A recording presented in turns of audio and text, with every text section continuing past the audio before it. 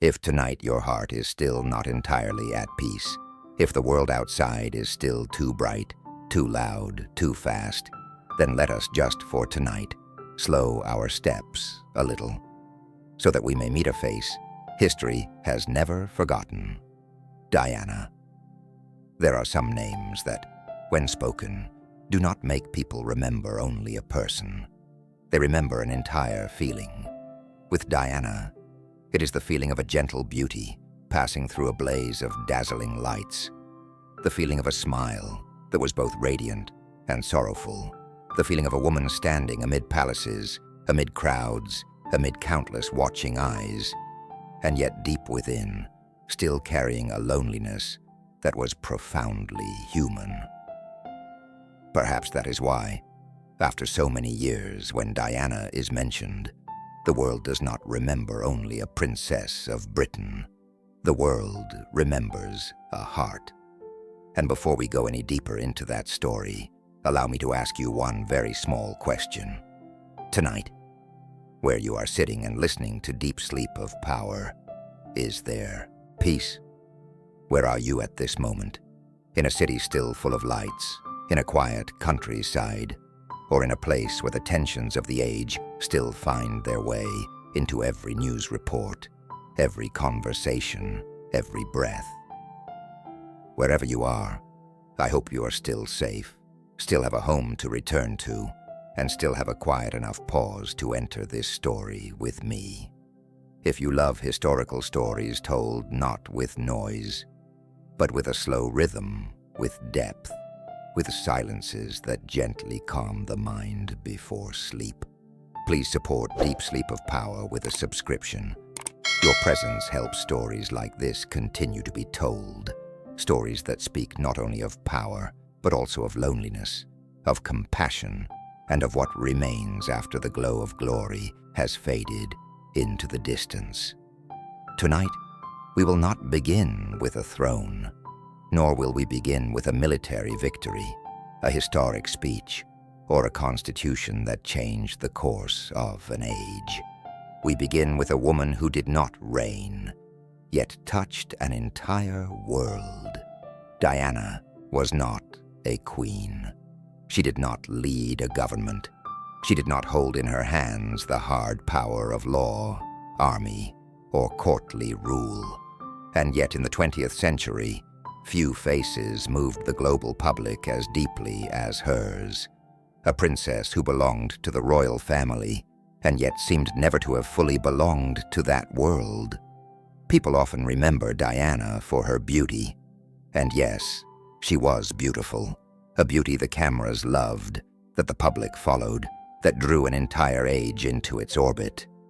But beauty was not the only thing that made her endure.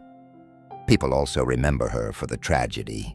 And yes, her life held chapters so painful that any light cast upon them seemed to turn sharp with cold.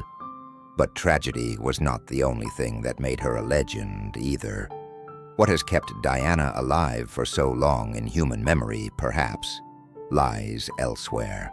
In a world of ceremony, distance, and cold stone walls, she brought into it a very human kind of light, vulnerability, compassion, and a longing to be loved that so many ordinary people could recognize within themselves.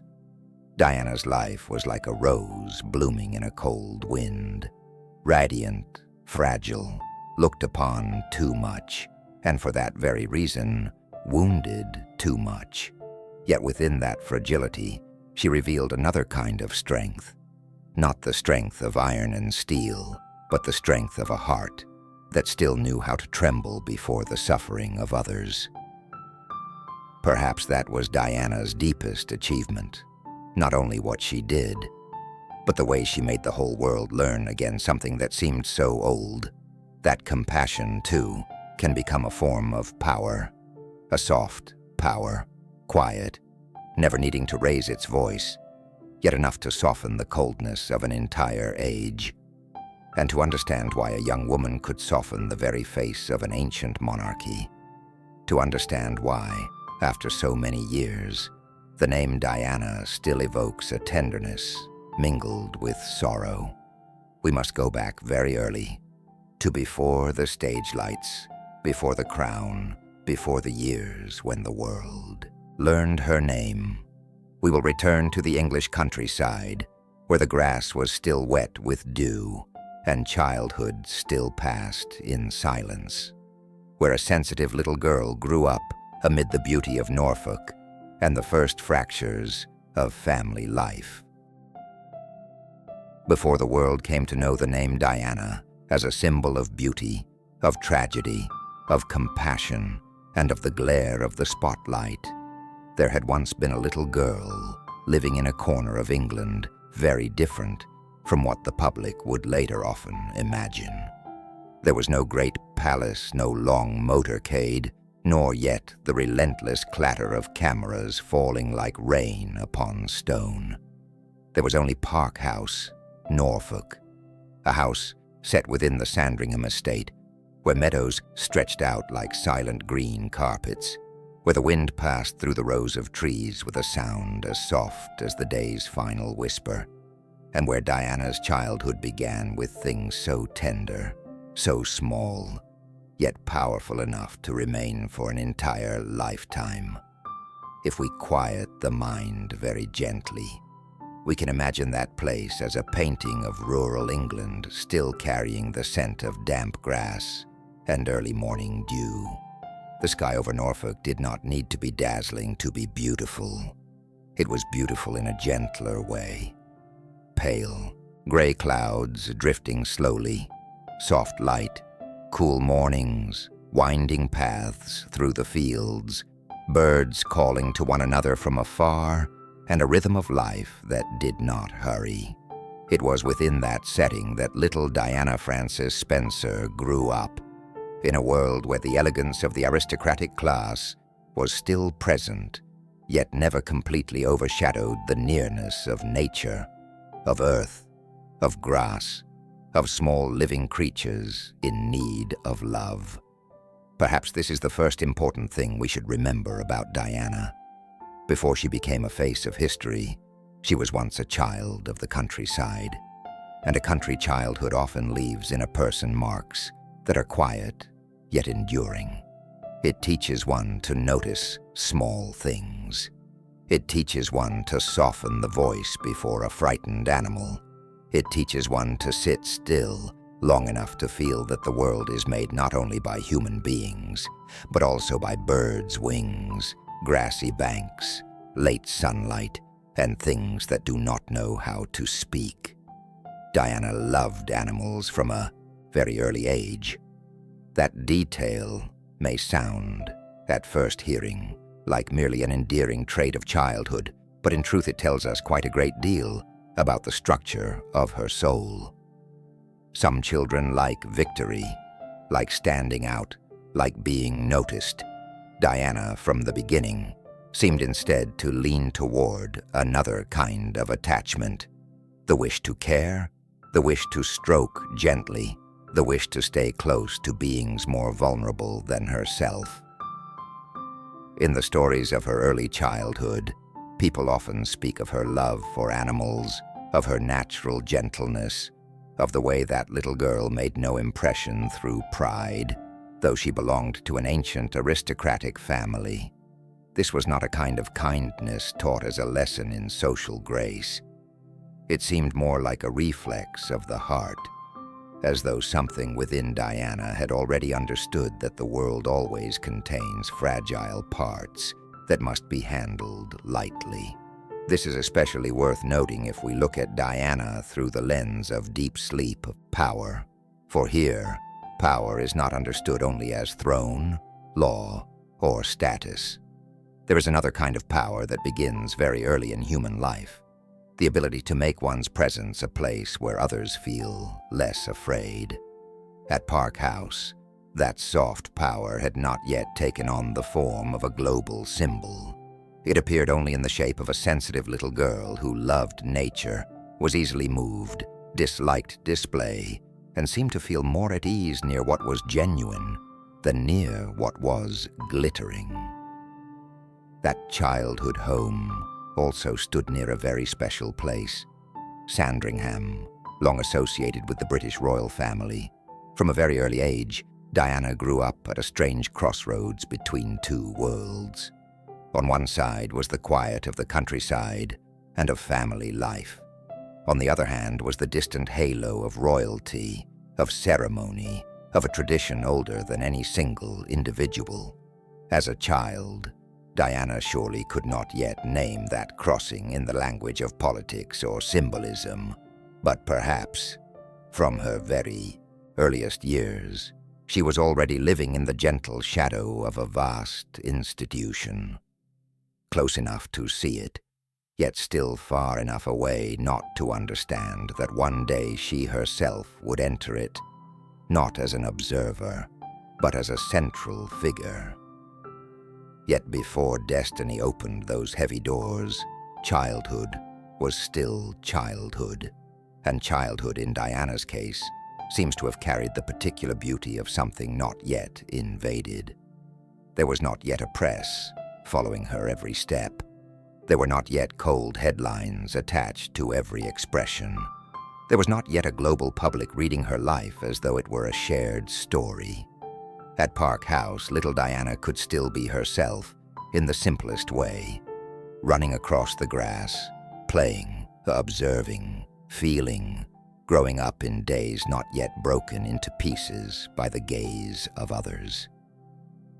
There is something deeply moving in thinking about this period, the qualities the world would later love in Diana: her closeness, her gentleness, her ability to touch the pain of others, seem not to have been products of the palace, nor the result of image-making strategy. They were present from very early on, in the form of seeds. They had not yet been named with great phrases such as humanitarianism or soft power, but they were already there, in the way she leaned toward what was vulnerable, in the instinct to care, in the softness of a soul that did not close itself off. And perhaps it was precisely for that reason that Diana would later be able to do the things the world would never forget. A person does not learn compassion through ceremony alone, nor can a person pretend for an entire lifetime to be sincerely moved by the pain of others. The gestures that became part of Diana's legend in hospitals, in visits to the sick, in those moments when she bent down to touch a forgotten hand, perhaps did not begin in adulthood. They began much earlier, in the countryside of Norfolk, within an inner life soothed by nature and planted in childhood with the very first threads of compassion. Of course, when people look back upon a beautiful childhood, it is easy to imagine that place as wholly peaceful. But in real life, even the gentlest pictures sometimes already contain fine cracks that the ordinary eye cannot yet see. Park House gave Diana quiet days, her first lessons in gentleness, and a sense of attachment to simple things. Yet beneath that same roof, the deeper movements of family life were already silently gathering, like the surface of a pond in the late afternoon, appearing still while down beneath the water, the current has already begun to change direction. So when we leave Park House in tonight's telling, we do not leave it with the feeling that we have merely passed through a beautiful prelude. We leave it as one leaves a garden where seeds have already been sown, the seeds of compassion, of sensitivity, of the ability to love without display. But very near that garden, the wind had already begun to shift. And in the house that had cradled Diana's childhood with young grass, animals, and the gentle light of the English countryside, other sounds would soon begin to appear. Sounds that no longer belonged to the peace of early childhood, but to the first fractures that can alter an entire life. There are some pains in a human life that do not arrive like a great clap of thunder. They do not fall upon us like a storm at noon, nor do they always leave behind a single clear moment at which we can point and say, "This was when everything began to break." Very often they come more slowly than that, more gently than that.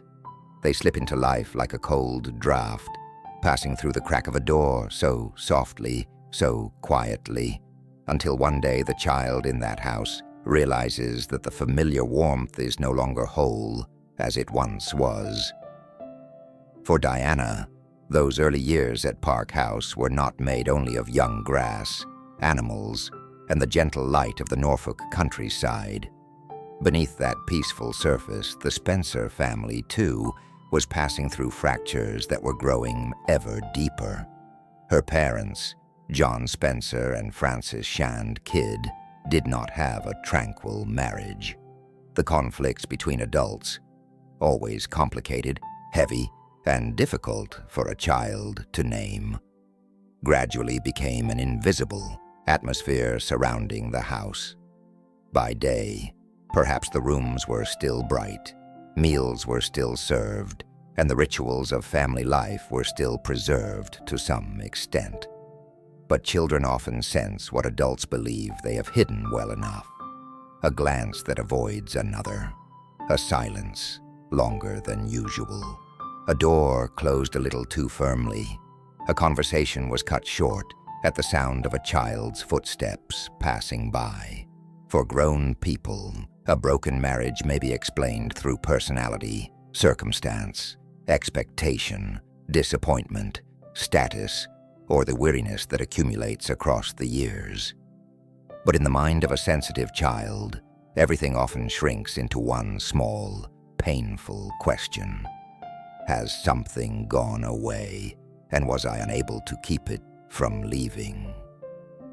Diana was still very young when she witnessed that breaking apart. It was an age at which a child's world is not yet built by reason, but by attachment. Home is not only a place to live. Home is where familiar voices are still there, where a mother remains within sight, where love is understood through presence. And so, when harmony within the family shatters, the child loses not only outward stability, she loses a deeper kind of certainty, the belief that what she loves will remain. People often speak of divorce as a legal or social event, but within a young child's soul, it is first of all an emotional experience. It is the feeling of confusion when the grown-ups around you are no longer as steady a shelter as before. It is the days when something in the house feels stretched taut as a cord pulled too long. It is the atmosphere growing heavier, even though no one speaks loudly. And then, more cruelly than all the rest, it is the moment the child understands that her mother is no longer there in the way she once was. One of the deepest wounds Diana seemed to carry throughout her life may have begun here, the feeling of being left behind. Not merely the sadness that the family was no longer whole, but a more existential pain. The pain of a child who cannot fully understand why the person she needs most has stepped out of the landscape of her life. When her mother left after the separation, that event surely did not leave only an emptiness in the house. It left an emptiness in the way Diana felt love itself. From a very early age, she learned a sorrowful lesson. People can love and then leave. People can be close and then become distant. That kind of wound does not always appear in tears. Sometimes it settles like silt at the bottom of a lake, so that the surface still looks calm, while every movement afterward is colored by it. A child who grows up with the fear of abandonment often does not speak that fear aloud. Instead, she carries it into the way she loves, the way she waits, the way she reads every small change in another person's feelings. She becomes especially sensitive to coldness, especially vulnerable at a distance, and especially hungry to be held tightly, to be chosen, to be assured that this time the other person will not go away.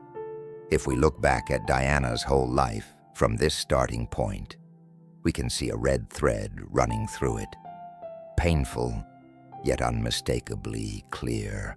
The woman the world would later know for embracing the suffering, for touching those forgotten by society, had first been a child who understood very deeply what it meant to be left behind. Perhaps it was precisely because she had known that emptiness that she became especially sensitive to the loneliness of others. Perhaps because she had once stood inside an absence too difficult to name, she could more easily see the broken places other people tried to hide. This is also where one important theme in Diana's story begins to emerge.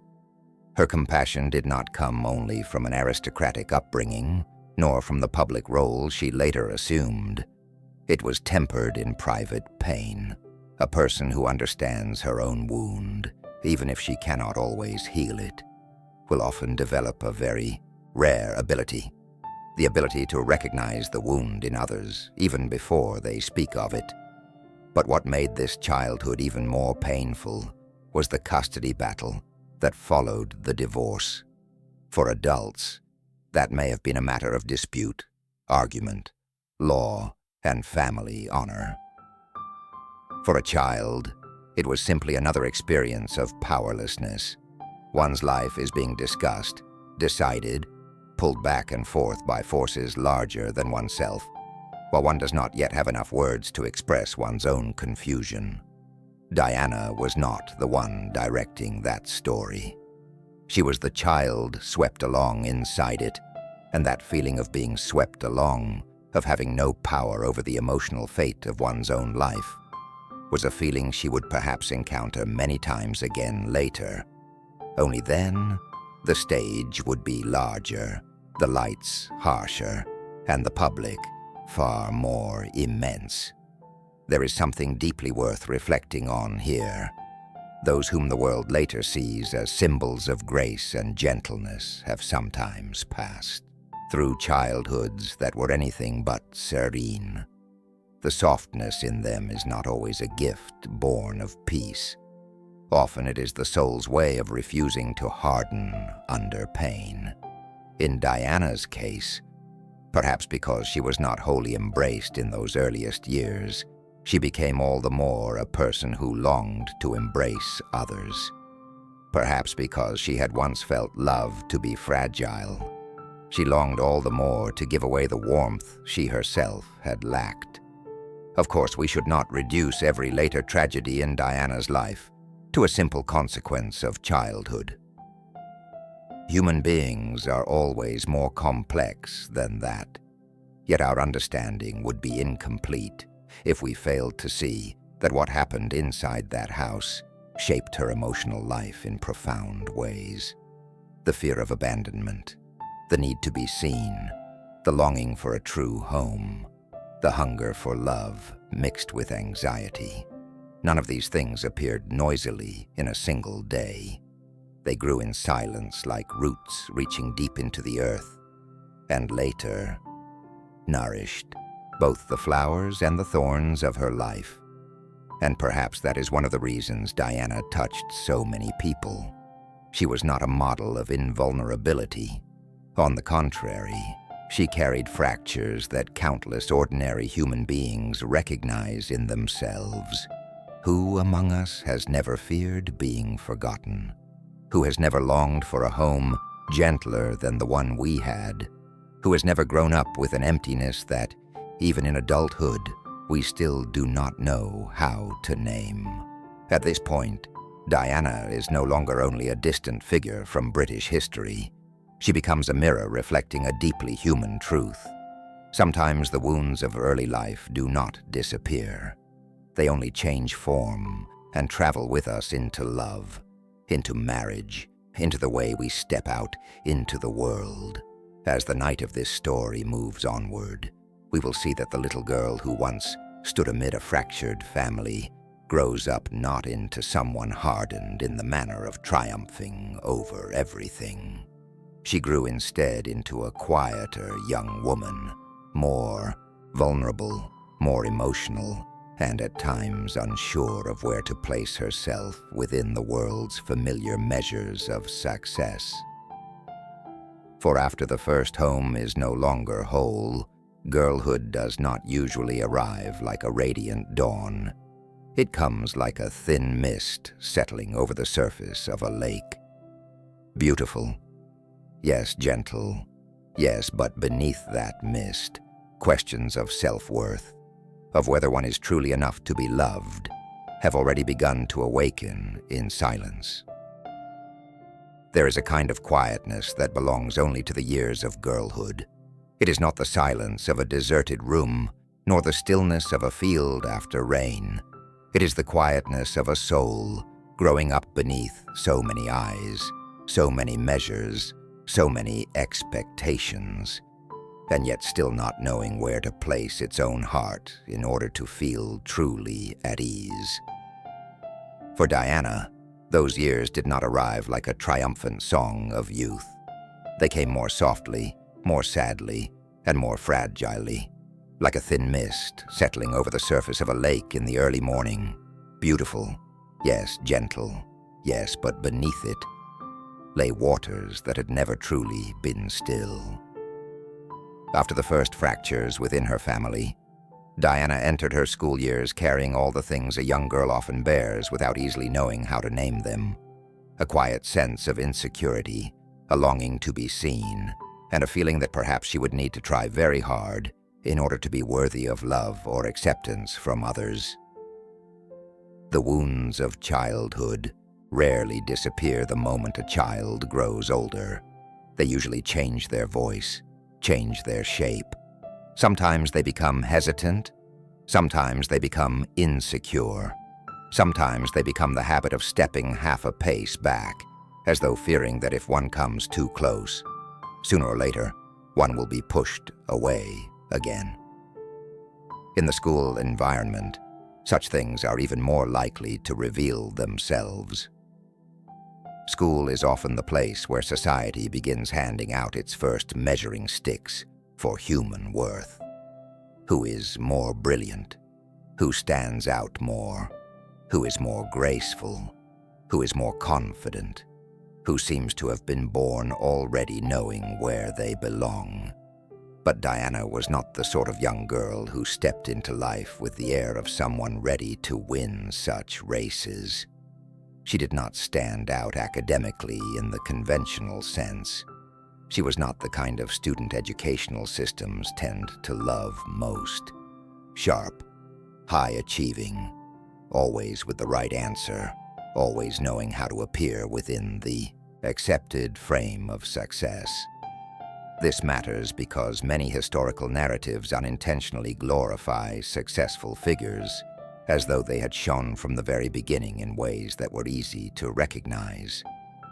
But real life is not always like that. There are people who were never stamped exceptional in their school years, who did not move through life with certainty, who did not shine in examinations or rankings, and yet later touched history by an entirely different path. Diana was one of those people. At school, she was often remembered more for her kindness, her pleasant appearance, her emotional richness, and her natural empathy than for any striking academic achievement. There is something deeply worth reflecting on in that. Society often teaches people, especially when they are young, that their worth lies in how capable they are, how far ahead they can lead, and how well they can surpass others. But there are other abilities that are very difficult to measure by grades. The ability to sense the atmosphere in a room, the ability to notice sorrow in another person's face, the ability to make someone who feels lost feel a little less alone simply through one's presence. Diana seems to have carried those abilities from an early age, even if in her youth she herself may not yet have understood how far they would one day lead her life. Yet not fitting neatly into the usual standards of distinction also carries its own price. For a young girl, already carrying within her the insecurities born of family pain, the school environment could become a place where self-doubt grew very quickly. not excelling in the way others expected, not being sure whether one possessed anything more than anyone else, not easily finding a clear identity to hold on to. From such feelings, a very fragile inner world can begin to form. A world in which one feels too much, thinks too much, yet cannot always speak.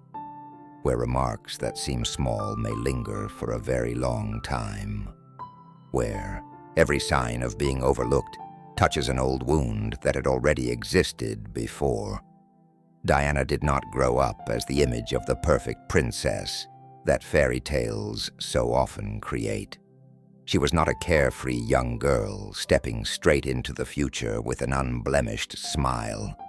On the contrary, during these years, she appeared much closer to the image of many ordinary human beings, slightly awkward in defining herself, at times not confident enough to believe fully in her own worth, easily moved, easily hurt, and still struggling to find a place in the world. That is precisely what made Diana remarkable in a deeply DSP way. She did not enter history through completed strength, but through profoundly human fractures. Perhaps that is also why, later in life, when she stood before people who had been abandoned, who were ill, who were viewed by society with distant eyes, Diana did not approach them with the air of bestowing favor from above. She came closer, lower, more truly, in part because she herself had known what it felt like not to fit entirely within the patterns society most admires. Those who have lived with insecurity often recognize insecurity in others more quickly. Those who have felt out of place often know how to see those standing at the margins. Though her school years were not yet the time when such compassion blossomed into great outward acts, it was being quietly cultivated there, like underground water flowing beneath the earth, unseen by anyone, yet patiently finding its path.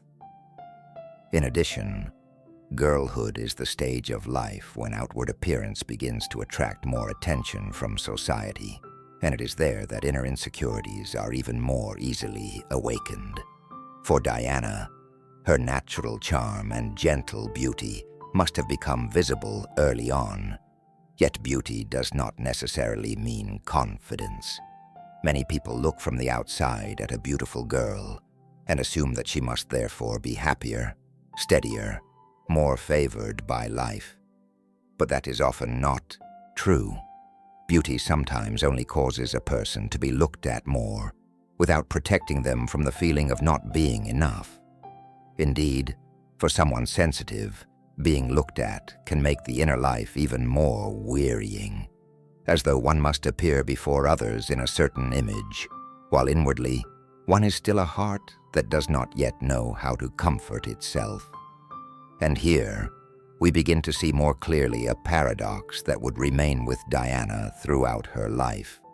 The more the world looked at her as a symbol, the more she had to struggle with the very human, very fragile, very breakable part within herself. But during these school years, that paradox was still only a faint outline. It appeared in uncertainty, in hesitation, in the way a young girl felt the world, more than she conquered it. She did not grow up as someone who wished to dominate the space around her. She grew up as someone listening to that space, with the full sensitivity of her heart, seen through the slow cadence of deep sleep, of power. These years are not an unimportant stage before the real story begins. On the contrary, they are a deeply important passage, for it is here that we understand why Diana could later step into the brightest realms of glory, and yet always carry with her a loneliness so difficult to name. It is here that we understand why she never fully merged with the coldness of ceremony. And it is here, too, that we encounter a very gentle truth. Many people change history, not because they were strong from the beginning, but because they did not allow their fragility to die. In a world that constantly celebrates sharpness, speed, and victory, Diana, in her schoolgirl years, reminds us of another kind of value. The value of feelings not yet calloused, the value of intuition, the value of a heart still soft enough to hurt, real enough to see, and fragile enough that it cannot pretend to be made of stone. It is not the kind of strength that makes people marvel at once. But sometimes, it is precisely this that becomes the quiet material from which a person is formed, who can touch others very deeply. And then time would carry that quiet young girl out beyond the walls of school, beyond the world of grades, boarding life, and old insecurities. Life would open before her another horizon, less enclosed, less rule-bound, carrying the scent of the city, of independence, of ordinary work, and little joys that required no crown. Just as after a season of mist, the sun sometimes does not rise with a great call, but only with a very thin band of light slipping through the window. And for Diana, there would be such a season. Brief, yes, but clear and fresh, as though fate, before calling her name aloud to the world, still wished to let her taste what it meant to live near an ordinary life. And then, as it always does, there came a time when youth stepped out of school corridors, away from report cards, quiet insecurities, and mirrors that reflected too many doubts about oneself, and entered another world, wider, truer, and at times gentler as well. For Diana, that season came beneath the sky of London, not the London of state ceremony, of flags, grandeur, and the solemn sound of horses' hooves, but the London of cold mornings, of red buses gliding down the streets, of small flats where the kettle sang in the kitchen, of simple jobs, and of a life in which, for the first time, she could taste what it meant to be an ordinary young woman in the city. It was a short period, yet precisely because it was short, it resembles all the more a thin band of light that memory keeps for a very long time, like late afternoon sunlight resting on a window pane, not bright, not showy, only enough to warm a room for a little while. In Diana's story, her time in London carries just such a meaning. It was not loud. It was not the chapter the press would later mention most often. But if we listen to her life in a slow rhythm, we will see that this was one of its most beautiful passages. Because there, before the world called her name as a symbol, Diana still had the chance to live close to the breathing rhythm of ordinary life. After the years of boarding school and the insecurities of girlhood, stepping into London was like opening another window.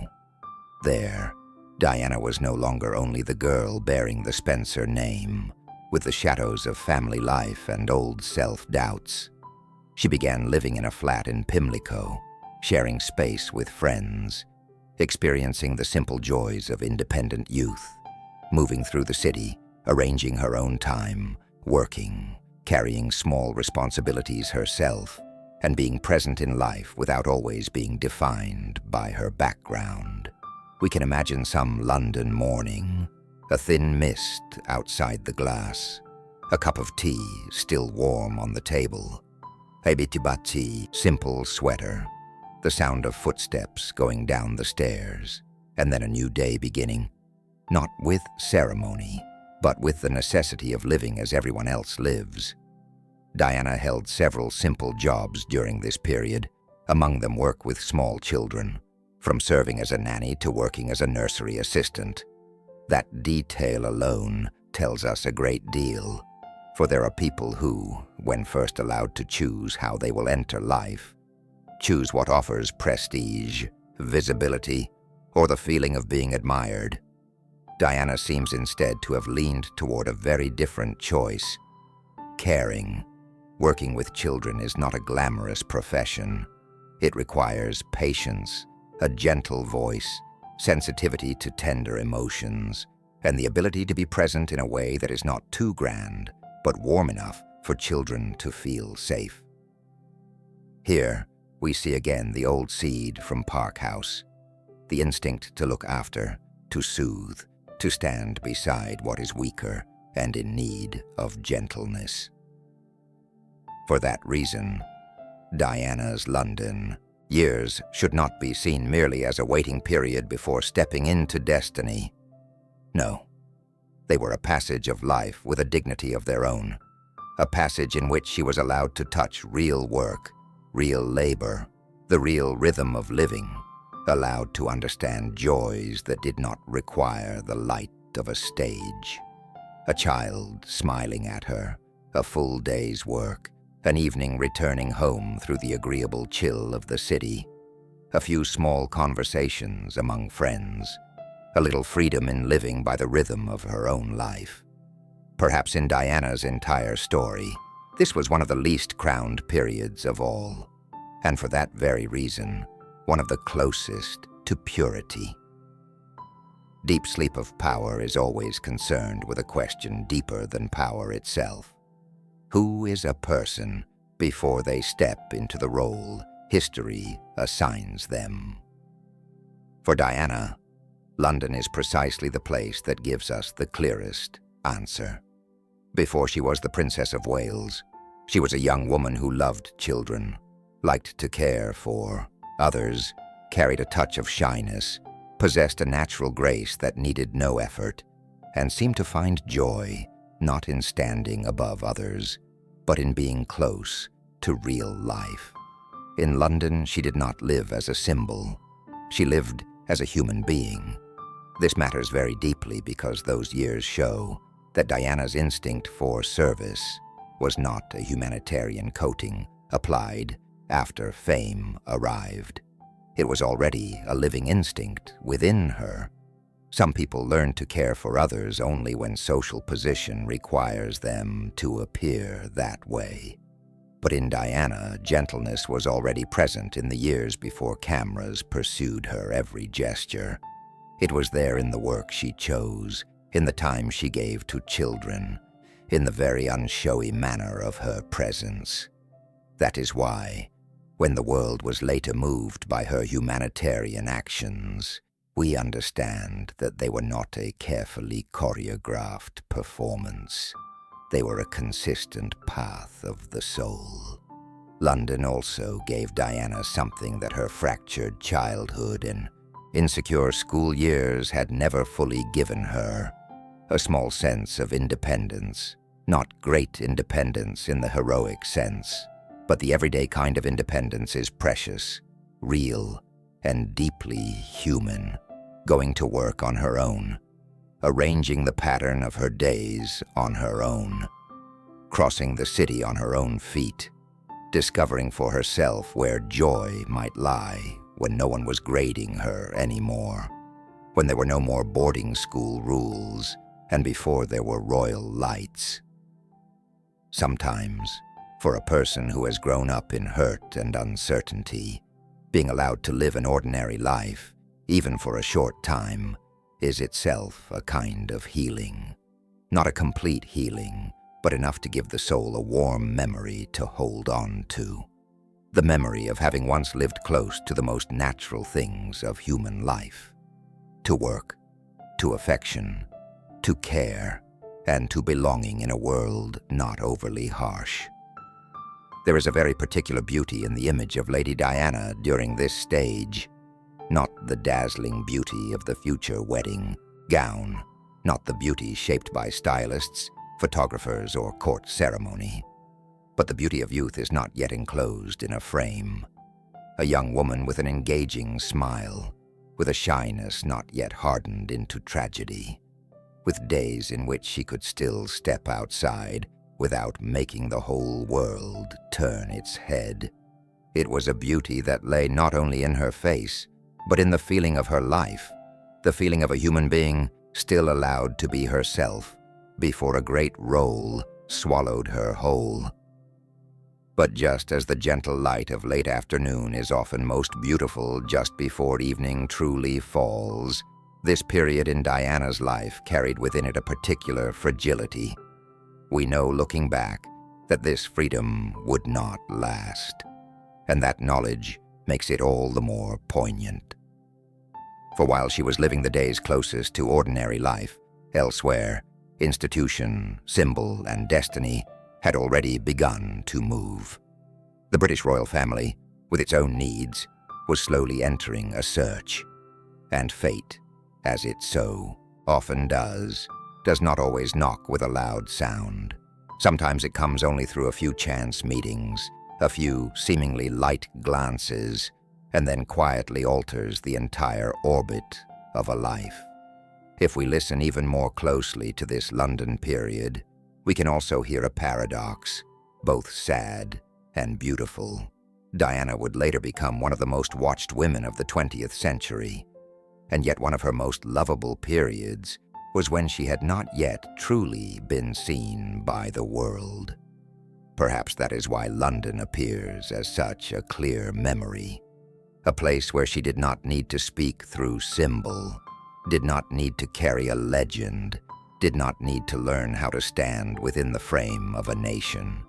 She only needed to be a young woman going to work, living with friends, smiling at children, and walking through the city as millions of others walk.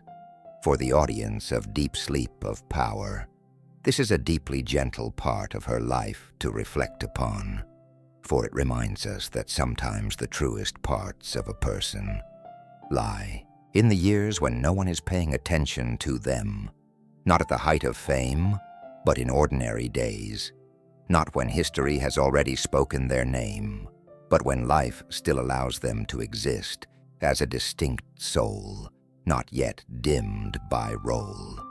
In Diana's case, it was precisely that brief ordinary season that made the later tragedy cut more deeply, because we know she might once have lived another life, a life closer to her truest nature.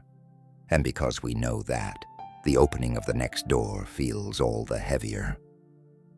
For the time would soon come when the simplicity of Pimlico, the laughter of children, the ordinary working days, and that small sky of freedom would have to yield to a far colder light.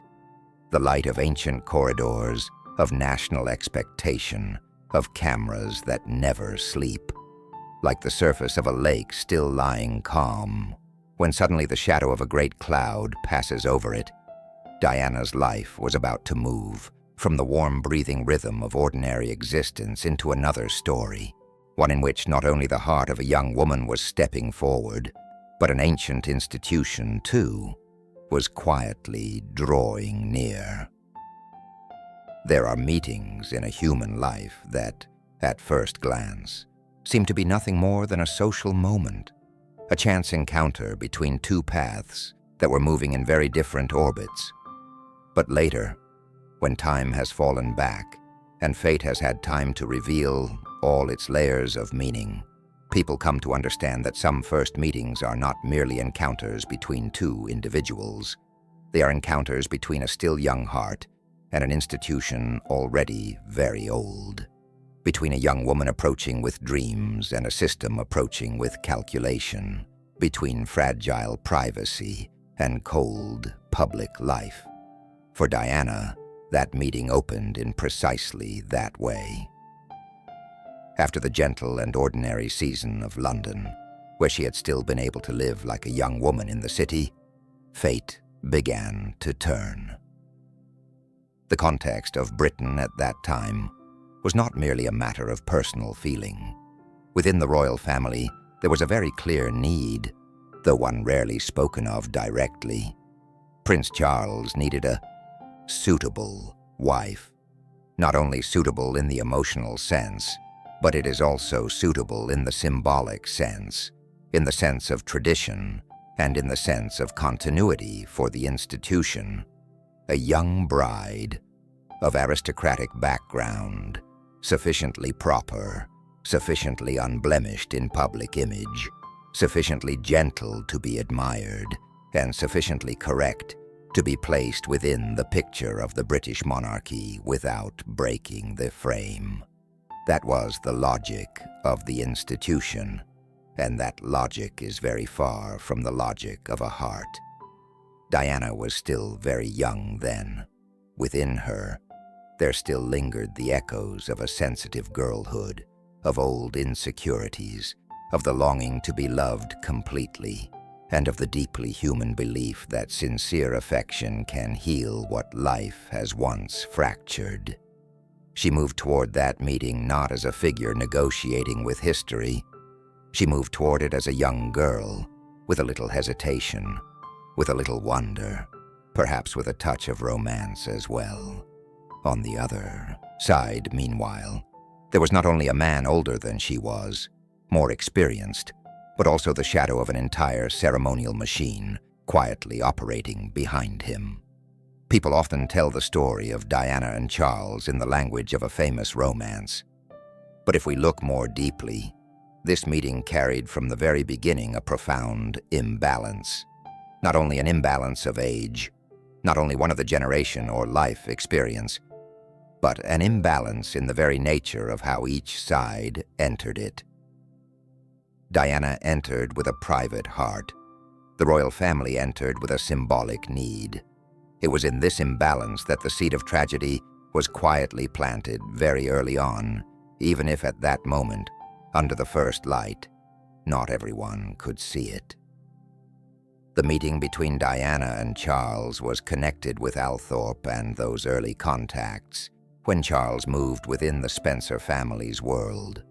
But what made that meeting fateful did not lie only in the fact that the two knew each other. It lay in the fact that from that point onward, Diana began to appear in the eyes of the institution as a possible answer. A young woman, beautiful, from an old aristocratic family, emotionally compelling to the public, and above all, seemingly able to offer the promise of a new current of life to the image of the monarchy in an age when the public was being drawn ever closer by modern media to the private lives of public figures. This is a deeply important point to reflect upon through the lens of deep sleep of power. Institutional power often does not seek only someone to love. It seeks someone to place precisely where the symbol requires. An ancient monarchy understands very well the value of image. It knows that a royal marriage is never only the story of two people. It is a story of succession, of public faith, of the appearance of stability that a nation wishes to see in itself. Within that context, Diana was not looked at only as Diana. She was looked at as a possibility of becoming a suitable symbol. And here, the saddest thing begins to emerge. When a human being is seen too early as a symbol, the real person inside them is very easily overlooked. Diana possessed the kind of beauty that cameras love. But more than that, she carried something more elusive, the ability to evoke softness within rigid structures. In an institution accustomed to ceremony, distance, and trained self-command, Diana's presence brought another kind of light, younger, gentler, more connected, it seemed, to ordinary life. She was not only beautiful by royal standards, she had a quality of attraction that made the public feel they could reach her through feeling. It was this very thing that would later make her a global figure. But in the beginning, it also made her the ideal choice in the eyes of those who were seeking a face capable of renewing the royal story. As for Diana, perhaps she could not have seen all those layers of meaning, nor should one expect a very young girl to see them all. When people are still very young, they tend to listen first with the heart before they listen with analysis. They believe in presence, in attention, in the possibility that something great and beautiful is opening before them. For someone who had grown up with feelings of insecurity and a longing for a true home, being chosen could carry a meaning deeper even than title. To be chosen can feel like being assured that this time one will not be left behind. But Diana's fate lay precisely in that paradox. What she may have read as an invitation into love and place, the institution read as an opportunity to stabilize its symbol. what she may have felt as the beginning of a private story. History was quietly preparing to turn into the shared story of an entire nation. When those two ways of reading do not meet from the very beginning, tragedy does not erupt at once. It simply lies there like a very fine crack in glass that still appears bright. There's a contrast at this moment that is both beautiful and deeply sad. Diana moved toward the royal family with the softness of youth, with a heart that still believed closeness could arise from promise and from the gaze of another. The royal family, by contrast, with centuries of experience in the symbolic art of survival, moved toward Diana with the logic of duty. It is not that they did not understand human feelings, but institutions that survive too long often learn to place symbol ahead of feeling. They know how to preserve form. They are skilled at maintaining continuity, but for that very reason, they often lose sensitivity to the singular fragility of the individual human beings placed inside that machinery. At this stage, Diana still did not know that her life was about to enter an orbit from which it would not be easy to turn back. She was still standing in the borderland between ordinary life and legend, between her London flat with its simple joys and the palace door slowly opening ahead of her. This is the most particular moment in every tragedy, when the person inside it does not yet know it is a tragedy. Everything still seems to shimmer. Hope still exists. Beautiful projections still exist. The possibility still exists of soothing oneself into believing that differences will be bridged by goodwill, by time, by affection. But sometimes it is precisely when a story looks most like a fairy tale that its coldness has already begun to be forged from within. The listener today, especially one who has already lived through many years, may recognize something Diana's youth could not yet recognize. The difference between two people is not always as dangerous as the difference between two worlds. Charles was not only a man, he was the heir to an order. Diana was not only a young girl, she was a heart in search of shelter. One side carried the duty learned from childhood, the other carried the longing to be loved as a human being. When those two burdens meet, without truly understanding one another, the story will always remain fragile, however magnificent it may appear from the outside. And from here as well, we begin to see something that would become a major thread running through Diana's entire life. She entered structures of power, not as someone coldly playing the game of power, but as a feeling, trusting, vulnerable human being. That made her weaker before the system, but it was also what would later make her stronger in the hearts of the public. Institutions may be very skilled at protecting form, but in the end the public often remembers the one who brought genuine feeling into a place long accustomed to symbol. As that door opened a little wider, the light around Diana began to change color. It was no longer the warm light of ordinary life. It became colder, whiter, harsher, and with that light came another speed as well, the speed of speculation, of pursuit, of expectation. The meeting that had once seemed like a gentle invitation was now about to lead into a greater step, a closer one, and also a colder one. Like the surface of a lake that has only just caught the reflection of cloud before the sky itself shifts with the wind, Diana's journey was also about to enter a place where the language of the heart would have to stand beside another language, the language of duty, of definition, and of words that may seem small, yet are enough to reveal the first fracture within the very first promise. There are proposals in a human life that resemble a candle being lit in a dark room.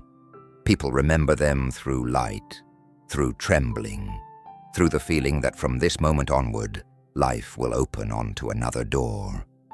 But there are also proposals that, seen from afar, look like a fairy tale, yet up close carry within them a very thin layer of coldness.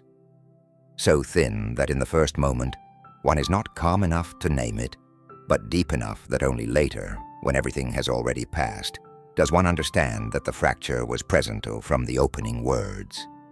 For Diana, that moment came in a setting many would later imagine as the summit of a dream. A young girl is being proposed to by the Prince of Wales, a turning point that in the eyes of the public looked almost no different from stepping straight into the heart of a modern fairy tale. It was precisely the sort of image that the press, the crowds, and even the imagination of an entire age could not help but love. Beauty, a future crown, a marriage the whole world would watch. But if we move a little more slowly, if we listen more carefully to the tone of that moment, we hear something else. Not the violins of a fairy tale, but a sliver of cold as fine as glass, hidden beneath velvet. Diana was still far too young then. Youth has its own way of believing. It believes with the heartbeat before it believes with evidence. For a girl who had grown up amid fracture, who carried the fear of being left behind, who longed for a place where love might remain whole, the proposal must have meant more than an invitation into a role. It was also a promise of being chosen. And for souls that have been wounded, being chosen can carry a meaning even deeper than being loved. It is like an anchor dropped into unsteady waters, making one want to believe that from now on, one will no longer drift. But it is precisely here that Diana's story revealed what would later become its greatest tragedy. What she needed was love, while what the institution needed was suitability. Prince Charles, in his position, did not live as a man wholly free in his private life. He lived beneath the shadow of duty, of expectation, of family history, of standards that belonged not only to the individual but to a dynasty. That did not make him cold-hearted in any simple sense, but it did mean that the way he entered marriage was different from the way a young girl like Diana might imagine it. To her, the proposal may have been the threshold of feeling. To him, it was at the same time the next step in the order of duty. And then came the words that have remained for far too long in the memory of history. Whatever in love means. There are some words that, if spoken in an ordinary conversation, might amount to nothing more than a touch of irony, a moment of awkwardness, or a reflex to avoid exposing feeling too openly. But when they appear at the very moment that ought to be the clearest language of love, they suddenly carry a very different weight. That sentence did not attract notice only because of its ambiguity. It struck more deeply because it revealed two worlds that were not truly meeting each other. On one side was Diana, a woman who needed the certainty of the heart, who needed to hear love as something real, something named, something warm. On the other side was Charles, a man who seemed already too accustomed to living in the language of duty, cautious, half-veiled, where feeling had to pass through many layers of restraint before it could be spoken aloud. Seen through the cadence of deep sleep of power, this is not merely a dramatic detail for the audience to remember. This is the moment when the essential nature of the marriage appeared very early on. The fairy tale had not even truly begun, and yet it already carried within it a disparity in the way love was understood. And very often human tragedy does not come from the absence of light, but from two people stepping into the same bright room while each imagines it to be a different room entirely. Perhaps Diana still wanted to believe. Youth often do. A hopeful heart tends to interpret ambiguous things in the gentler direction. The more bearable one, the less painful one. A cold remark may be soothed away as mere awkwardness. A distance may be explained as reserve.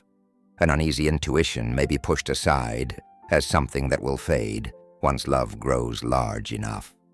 But intuition is often the soul's most truthful voice. It does not speak loudly, does not argue, only remains there quietly like a change of wind before rain. And sometimes, what hurts most in a human life is not that we did not feel that something was wrong.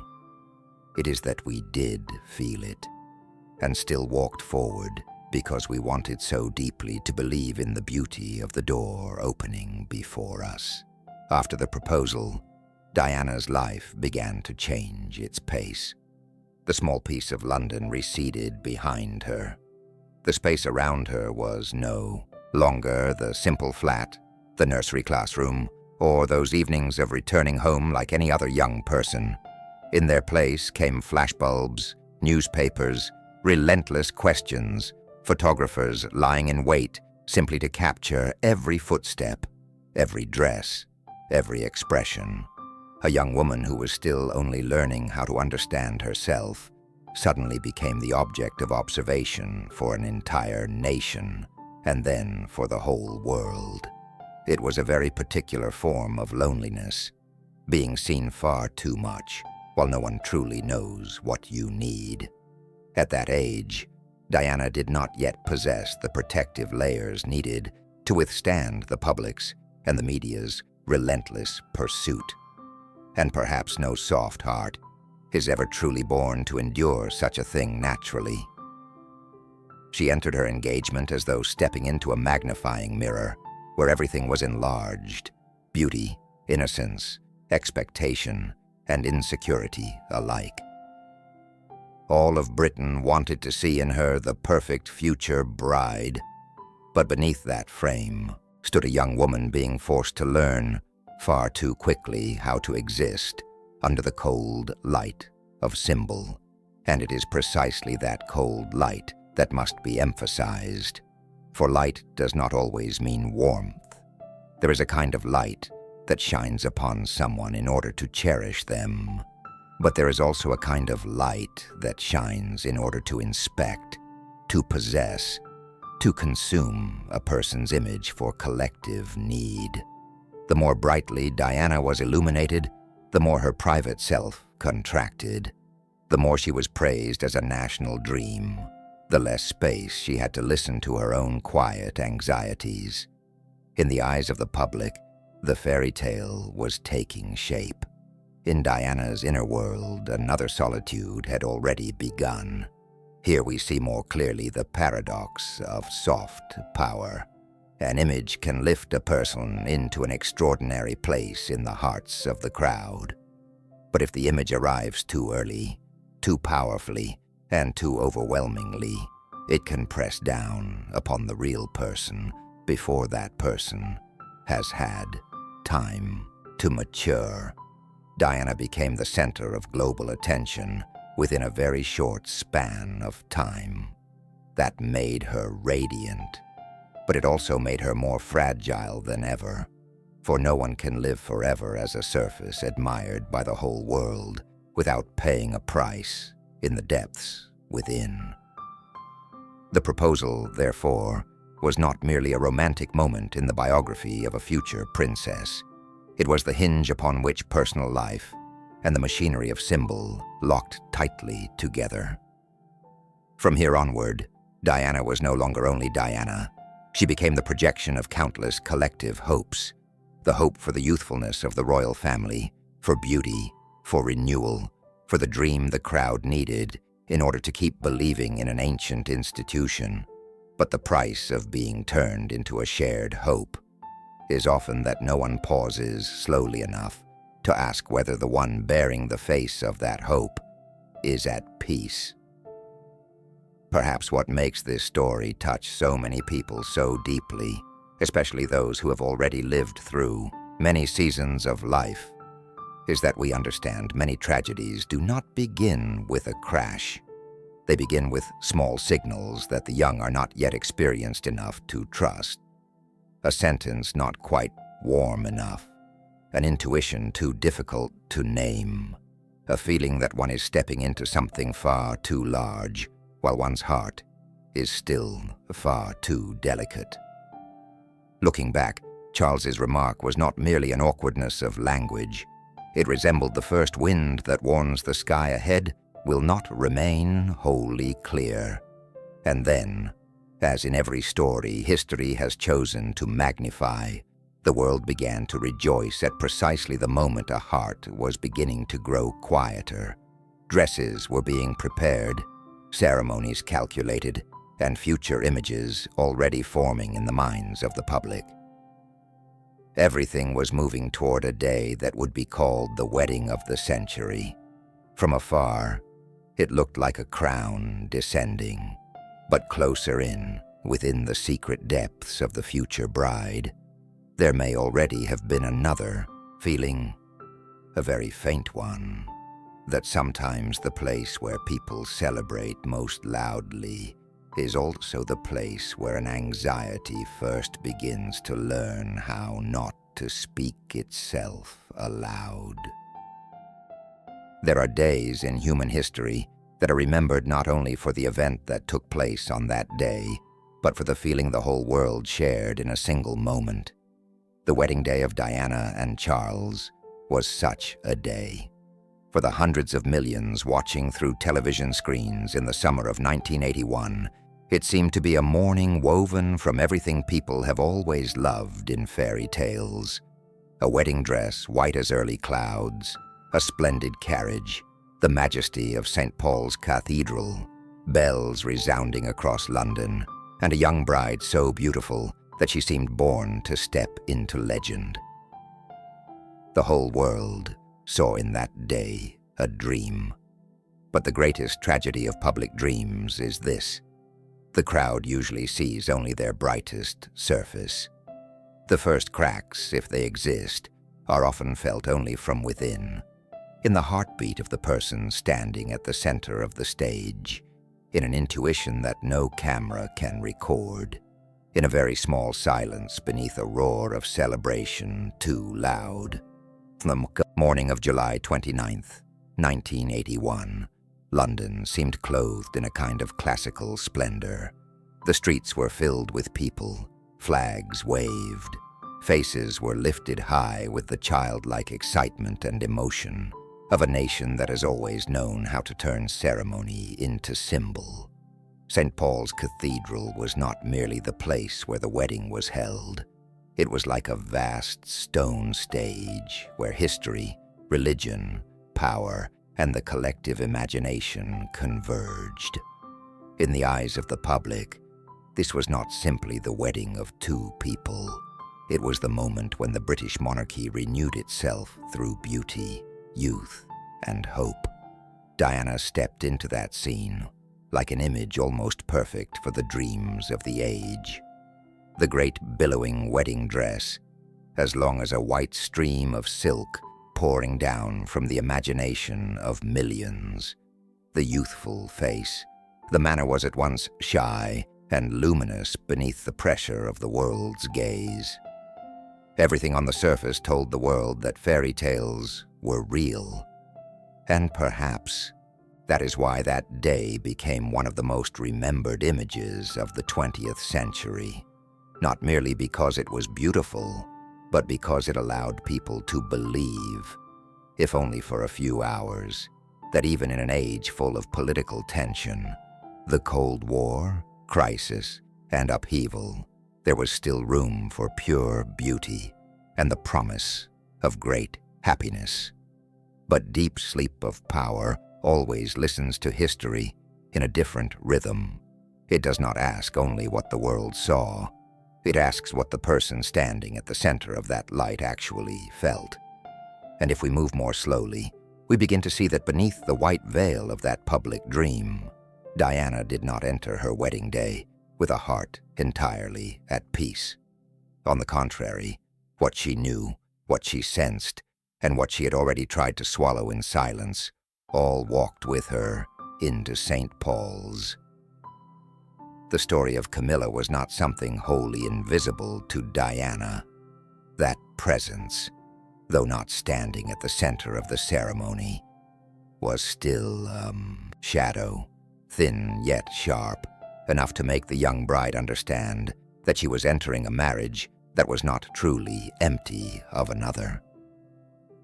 When a woman walks into her wedding day, already feeling that a third presence exists in the shadows, then no matter how beautiful the wedding dress may be, it can never fully be a garment of peace.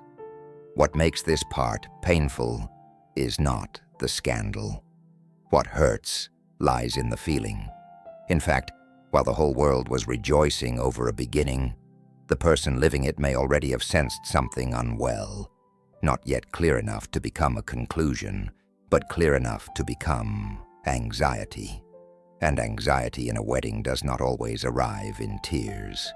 Often it comes through the quieting of one part of the soul, as if the heart realizes it must go on because there is no road back, even while its deepest instinct is whispering that this is not entirely warm ground. That was Diana's paradox.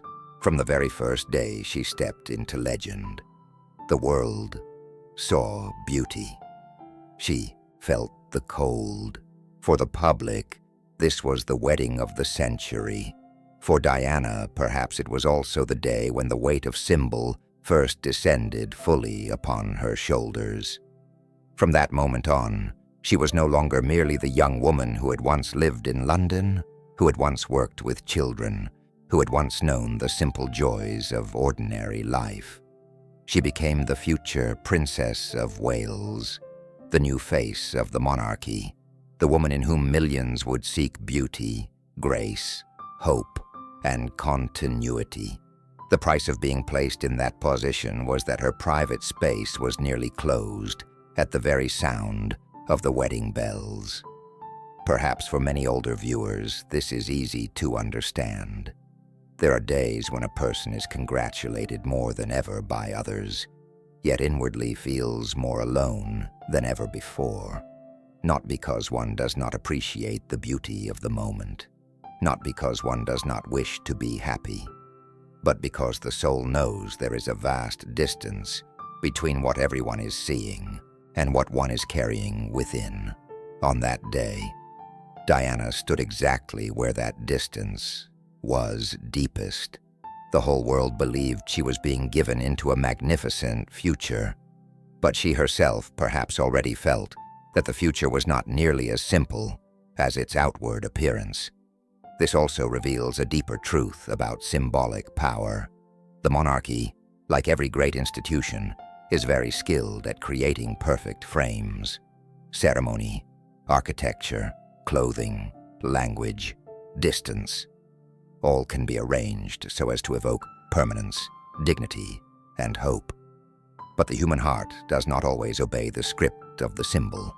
It has its own memory, its own intuition, and its own wounds. Diana entered St. Paul's as a symbol cherished by an entire nation, but she also entered it as a young woman carrying the need to be truly loved, truly chosen, truly held within a marriage into which no shadow intruded.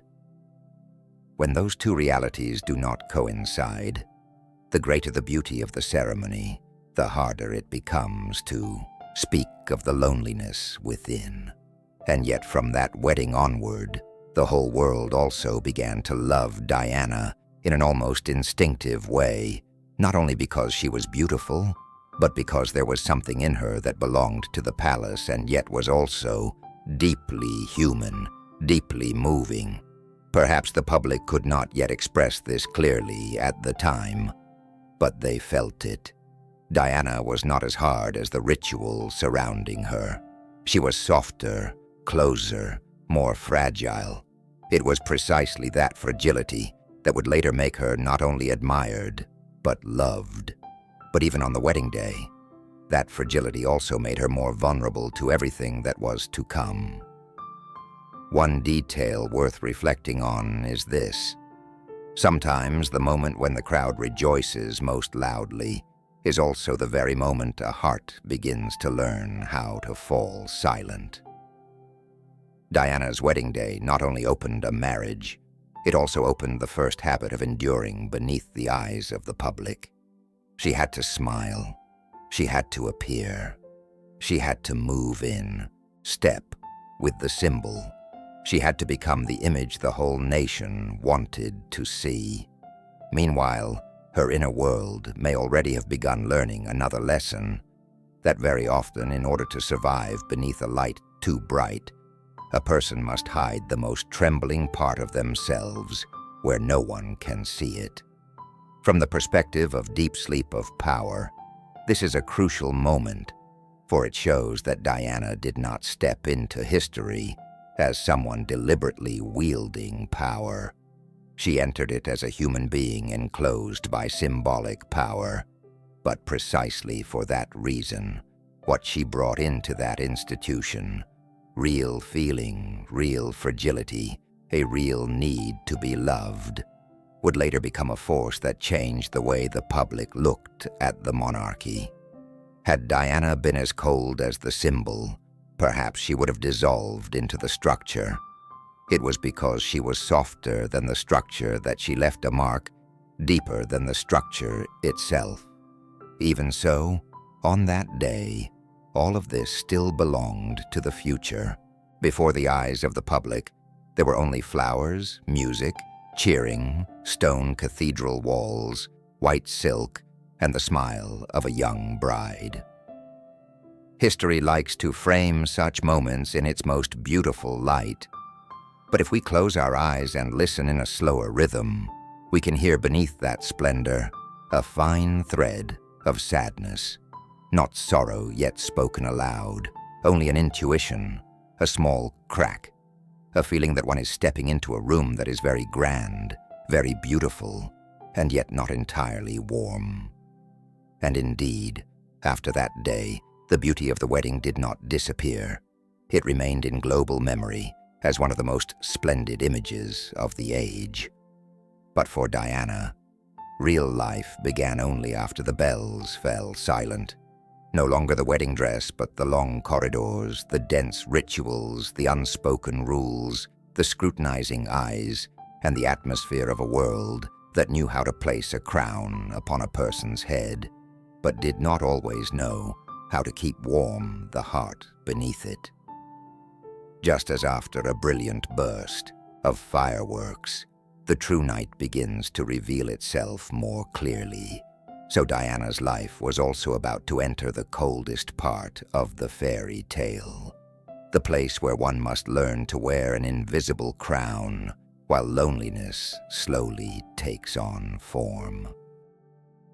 After the wedding day, when the bells had fallen silent and the cheering of the crowd remained only as an echo in memory, real life began to take shape. And real life, as it so often is, contains less silk than ceremony, less light than the stage, and more cold spaces than outsiders can see. For Diana, entering the British royal family was not simply entering a new role. It was entering a world with its own rhythm, its own language, its own rules, a world that had existed for so long that it scarcely felt the need to explain itself to anyone. In that world, people knew very well how to preserve the posture of a symbol, but they did not always know how to hold a trembling heart inside that symbol. From a distance, a palace always evokes the feeling of permanence. The ancient stone walls, the long corridors, the rooms where history itself seems to hang suspended in the air. The rituals are repeated with such precision that one feels as though one is stepping into something far greater than oneself.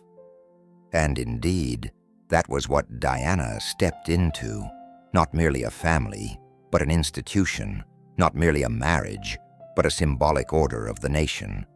In the eyes of the public, this was the height of distinction. But at the psychological level, it was also an extraordinarily violent shift.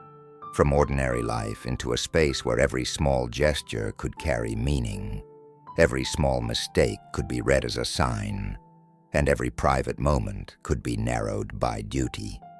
For someone who lived so deeply through feeling as Diana did, It was an environment that could easily make one feel suffocated.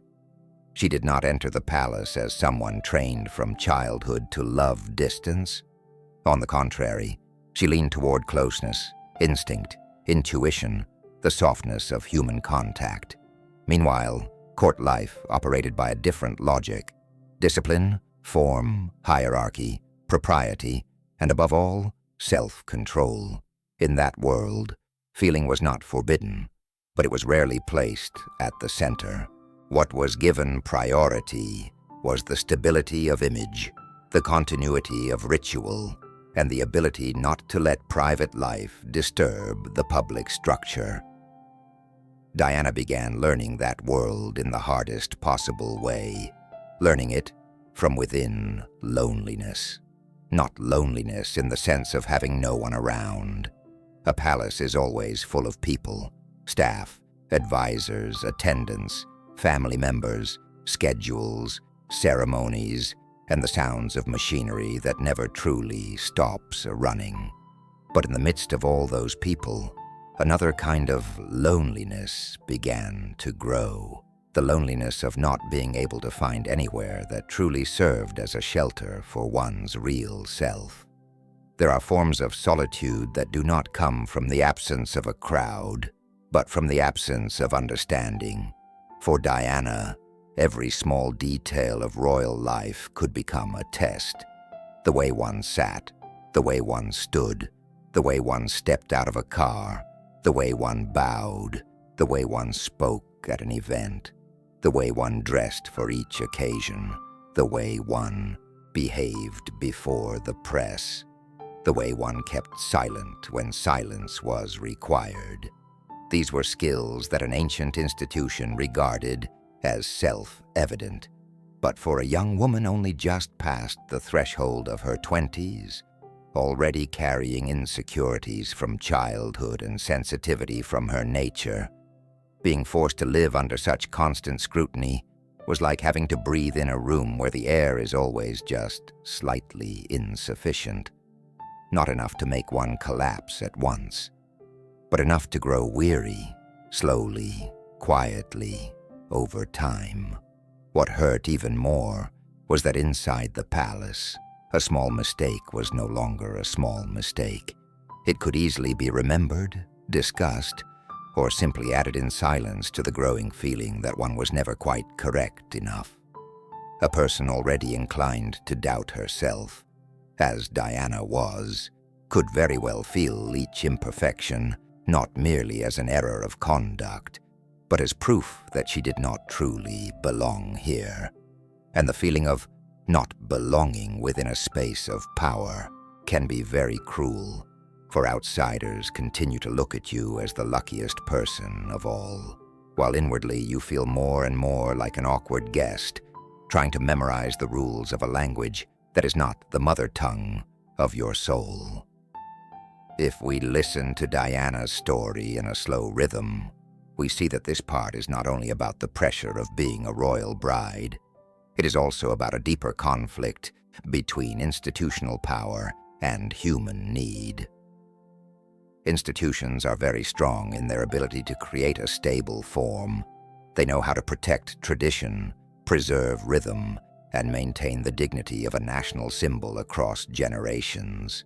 But precisely because they are strong in form, they can become poor in their ability to support the weak part, the frightened part, the part that needs to be held in the human beings living inside them. Diana came to understand that not through theory, but through her own body and nervous system. She was living in a system that knew how to keep the crown shining, but did not always know how to keep the heart wearing that crown from growing cold. And then, in the midst of that coldness, the press was still there. The cameras that never slept, the articles read into every glance, every dress, every very small change in her face. This added another layer of distinctly modern loneliness to Diana's story. For if in earlier times the tragedies of palaces could be kept behind thick doors, by the late 20th century, The media had turned all distance into something that could be penetrated. Diana was not only pressured by the institution from within, she was also surrounded by the gaze of the public from without. One side required her to be perfectly proper. The other wanted her always to remain captivating. Between those two forces, the human part of her could easily be stretched thin to the point of exhaustion. Here, we begin to understand more clearly why Diana would later become such an unusual symbol. Not because she was perfect within the palace, but because she never completely dissolved into it. She was too alive, too feeling, too real to become a statue that merely stood in the proper place. For that reason, she collided with the structure more often. She suffered more, but she also left behind a more human light. Many members of great institutions may be respected. Diana was different. She was loved, and people loved her precisely because in a place where ritual expected smoothness, she still allowed her deeply human fragility to remain visible. Those early years in the palace, therefore, became a process of learning to wear a crown in loneliness. Not a literal crown placed upon her hair, but the invisible crown of role, expectation, image, and endurance. With each passing day, Diana learned how to appear, learned how to hold herself among countless rules, learned how to smile when she was no longer certain where her heart stood, learned how to walk among crowds while the deepest part of herself withdrew more and more into silence. And perhaps within that very process, something else also began to take root. She was gradually feeling more clearly that if her life were to have meaning, it could not lie only in becoming a symbol, correct, in ritual. There had to be something more human, warmer, more real. But before that would emerge as a path, Diana needed a temporary shelter for her soul, and she found it in the place where so many women, in times when life becomes cold and narrow, have often found it, in motherhood. When the rest of the world becomes too full of rules, too many demands, and too little support, the arrival of children can sometimes feel like a window opening, allowing the air of unconditional love to rush in. For Diana, that warm door was about to open, and it was there, in the embrace she would give to two little boys, that the woman learning how to survive inside the palace would begin to discover a gentle way of resisting its coldness. In lives surrounded by ritual, salvation does not always come through grand declarations. Sometimes it comes very quietly, through the cry of a child in a silent room, through a tiny hand closing around the mother's finger, through the feeling that amid too many roles one must carry, there is finally one bond that needs no ceremony in order to become real. For Diana, motherhood arrived as such a warmth. It did not erase all the coldness of the palace. It did not at once heal every old wound, but it was enough to open within her a refuge that was deeper, truer, and also braver. When Prince William was born in 1982, and then Prince Harry in 1984, Diana's life no longer revolved only around how to survive within a system full of expectations. For the first time in many years, she had a role that was not imposed by ritual from the outside, but awakened from the softest part of her heart. For many people, motherhood is a natural joy, but for Diana, it was also a discovery that was almost existential in nature. She was not only a symbol, not only a princess, not only a woman watched by cameras and bound by ceremony. She was a mother, and in that role, she found a meaning that the palace could not give, the press could not define, and the institution could not entirely control. Perhaps what made Diana's motherhood touch the public so deeply was not simply that she loved her children. That, of course, was natural. What was exceptional lay in the way she loved. She did not love her sons in a distant, formal way, as an extension of royal tradition. She loved through a closeness that was almost instinctive, through real embraces, through a real gaze, through the wish to touch her children's childhood with her own hands, rather than remain standing at a symbolic distance. In an environment long accustomed to separating emotional nurture from the performance of a role, Diana's presence as a mother became something very different. Softer, closer, more human.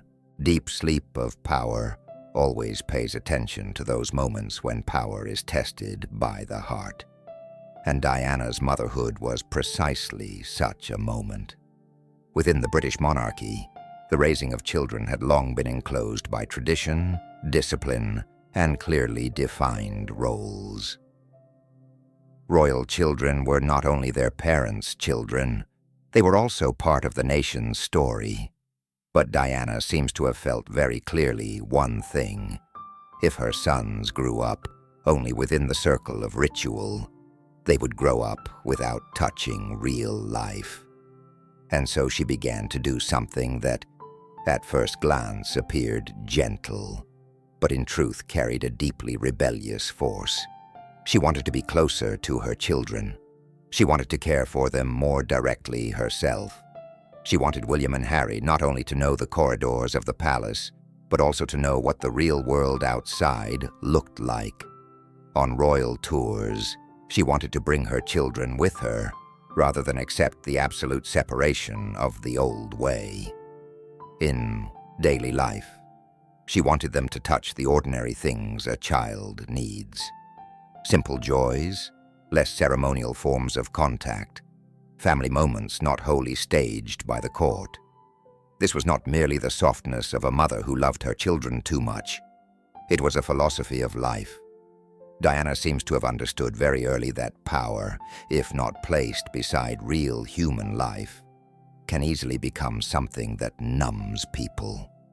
A child raised only among luxury, hierarchy, and distance may very well understand his role, but not understand the pain of others. Diana did not want that. She wanted her sons to see hospitals, to see the poor, to see lives with no guards, no carriages, no fanfare. She wanted them to know that, behind every title, human beings must still learn to recognize one another through compassion. It is here that Diana's motherhood moved beyond the private sphere and became a quiet declaration. She did not shout slogans. She did not resist through speeches. She did not openly tear down tradition, but through the way she mothered, she gently posed a very large question to the institution itself. Would a monarchy be stronger if it produced heirs who knew how to keep their distance, or human beings who knew how to bend closer to the pain of the world? That question did not need to be stated in formal words. Diana lived it day after day through the very choices she made in raising her children. Perhaps something even deeper was also taking place within her. A person who has grown up with the pain of being left behind, who has carried the wound of a broken family, will often be especially sensitive to what she wants to give her own children. When she held William, when she watched Harry grow, Diana was perhaps not only loving her sons as part of her present, she was also in dialogue with her own childhood. She was giving the closeness she herself had once lacked. She was trying to build, within the limits possible, a home warmer than the home that had once wounded her. In other words, motherhood was also a form through which Diana tried to heal, not by turning back time, but by refusing to let old fractures pass intact into the next generation. This is what made the images of Diana with her children so extraordinary in the eyes of the public. People did not see only a princess with two little princes. They saw a real mother, a mother who bent low, who held her children close, who laughed with them not as part of a staged ritual, but as part of life itself. Perhaps it was precisely that truth that made the public love her more deeply. Within an institution that often appeared in dignity and distance, Diana brought the image of family warmth, something everyone understands, everyone needs, and everyone can recognize as sincere or insincere. With Diana, it was sincere. And yet, like every genuine thing in an environment full of form, Diana's motherhood did not entirely escape tension. For the more closely she mothered, the more she differed from the patterns familiar to the palace. The more she allowed her sons to encounter ordinary life, the more she quietly challenged an old idea of keeping royalty elevated beyond reach. For that reason, Diana's way of being a mother was both warm and marked by a subtle resistance. Not loud, not harsh, but resolute, like soft water flowing over stone, not needing to break it at once, only to remain faithful to its own nature. At a deeper level, Diana seems to have understood something many powerful people do not easily understand. Human beings are not nourished by privilege alone. They are also nourished by contact. A child does not become kind merely because he is taught proper manners. He needs to see those who are suffering, those who are forgotten, those who have nothing to lean on except the kindness of others. When Diana brought William and Harry closer to real life, she was not only breaking a few royal habits, she was trying to pass on to them something that had already formed the soul of her own life. The feeling that real life is always larger than the palace, and that the real pain of human beings matters more than the smoothness of symbol. For older viewers, this part of Diana's life may stir a very deep sympathy. For anyone who has lived long enough knows this. There are women who never truly find their place in marriage, in the larger family, in the social structure into which they have been placed, and yet find themselves when they become mothers, not because that calling is easy. On the contrary, because within it they are finally able to love and to give without performance. For Diana, while everything else around her remained confused, motherhood became the place where her gentle instinct was allowed to live most fully. And from here, another layer of meaning also began to emerge. Diana was understanding more and more clearly that if she could not wholly find warmth within the institution, she could still bring warmth into it in her own way, through her children, through the way she raised them, through planting in the next generation a way of seeing that was closer to human beings. But at the same time, another of her gifts was also beginning to awaken, the gift of using her own presence to communicate with the public in a language that required no words. In the world of royalty, there are things that cannot be spoken directly, and when speech is limited, a person of sufficient sensitivity will turn to another language. Color, bearing, gaze, clothing, and the way one enters a room as though silence itself could speak. There are people who say a great deal through words, but there are also those who, living in a world where words are measured, constrained, or placed behind ritual, learn instead to speak through other things, softer, quieter, yet no less powerful for that. With Diana, clothes were never merely clothes. Color was never merely color. A dress, a cut, a shoulder line, a way of lifting the head, a way of stepping into a crowd, all gradually became a language. And within that language, the young woman who had so often been unable to tell the whole of her story found a very particular way to appear, to converse, to touch the public, not through slogans, but through image. That may sound like something belonging only to aesthetics, but if we listen more carefully, we will see that it belongs to power. Within the royal environment, where every gesture is governed by convention, every spoken word carries weight, and silence is often regarded as a required virtue of those who belong to the institution. The fact that a woman learned to use her own image was no small thing. It was not simply a matter of dressing beautifully. It was a way of reclaiming agency in a space where direct language did not always belong to her. Diana seems to have understood this very early, perhaps at first only by instinct, but very quickly, that instinct became a conscious refinement. At first, the public saw Diana as a beautiful young bride, a new princess with a grace easily capable of captivating the crowd. But over time, people began to notice that there was something more in her than that. She did not merely wear beautiful clothes. She knew how to make her appearance carry meaning. When softness was needed, she was soft. When closeness was needed, she was close. When dignity was needed, she was dignified. But there was always a single thread running through it all. She did not dress in order to stand higher than the public. She dressed in order to build a bridge that stepped down, closer to them. This is a very important point. Many figures of aristocracy or power use clothing as a wall to assert distance, rank, and untouchability. Diana gradually moved in another direction. She remained elegant, remained beautiful, remained capable of becoming the visual center of any room she entered. But that beauty did not close itself off. It opened. It made people feel that there was something in her that was reachable, lovable, and easy to feel for. That is why in Diana's case, fashion was never luxury for its own sake. It was part of her soft power.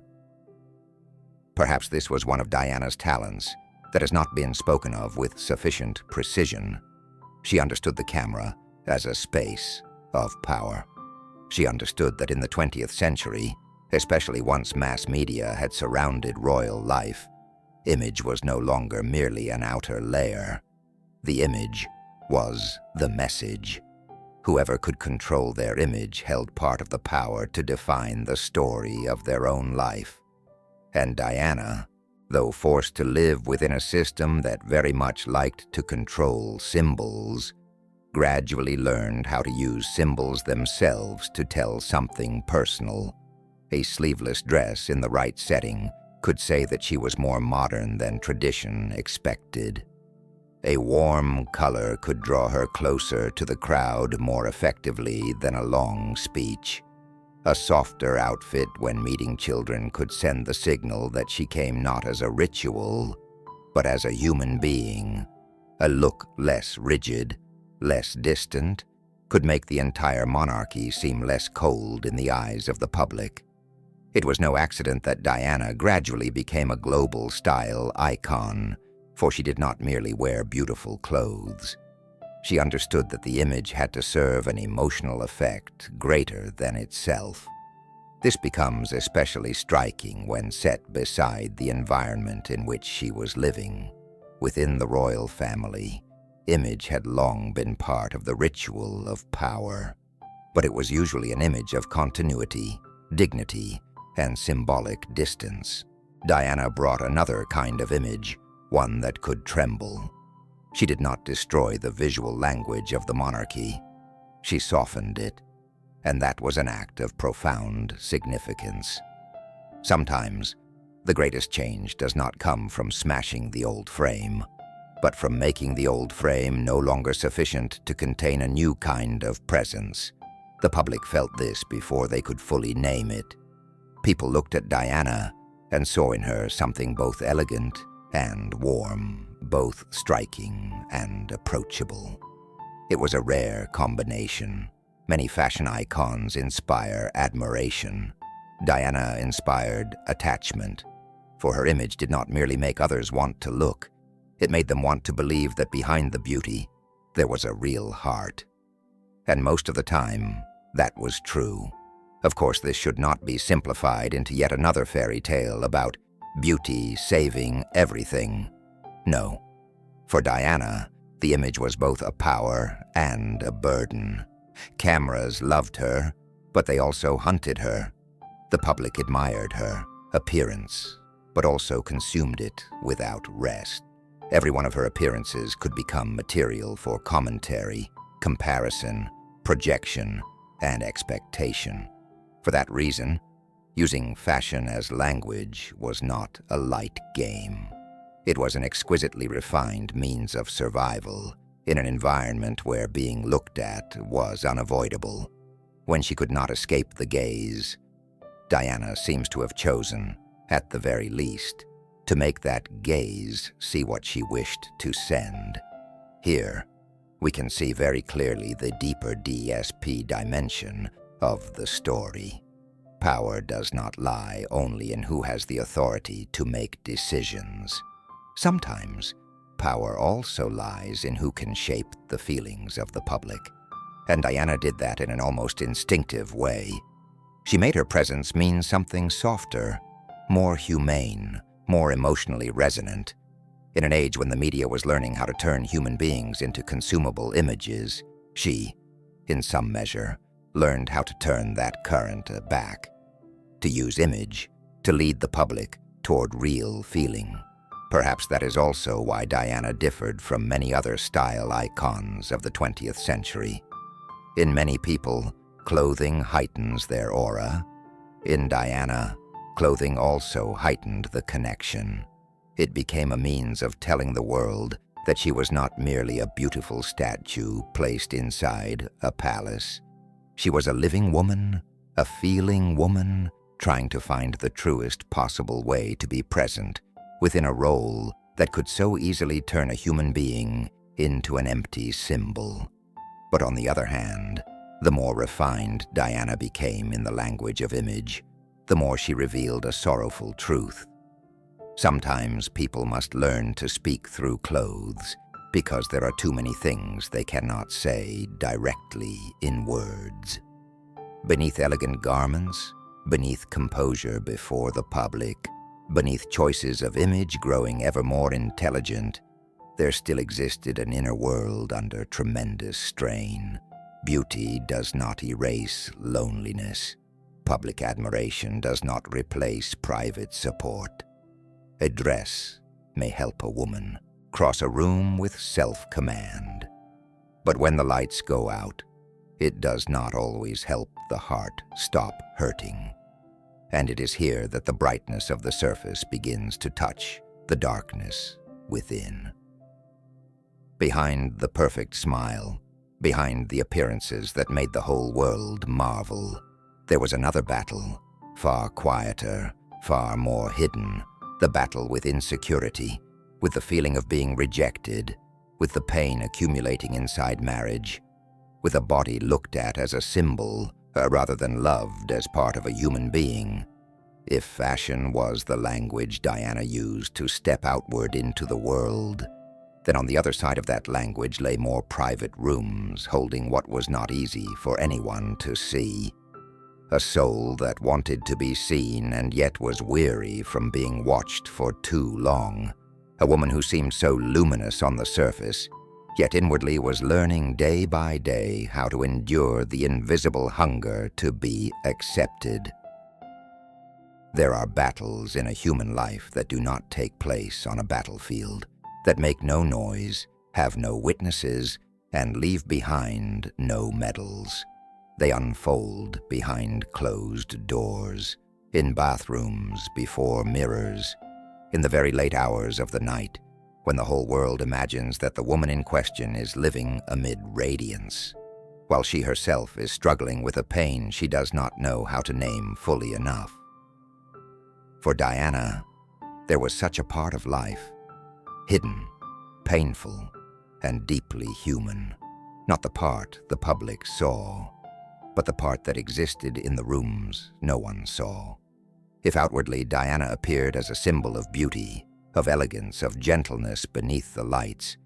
Inwardly, there were years in which she lived through a profound crisis of identity. Her body was watched, judged, and commented upon. Her marriage did not give her the feeling of being wholly chosen. Love, the very thing she had sought from so early in life as a kind of spiritual home, appeared again and again instead in the form of absence, instability, and rejection. In such circumstances, bulimia, the eating disorder that Diana would later speak about publicly, should not be understood as a sensational detail. It was the language of pain. It was the symptom of a heart and a nervous system pressed under too much pressure without enough room to breathe.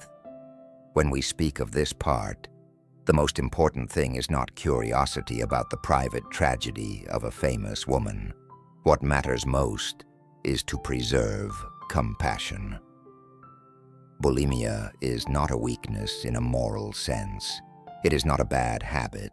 It is not an attention-seeking performance. It is a way the body speaks when the soul has been overwhelmed.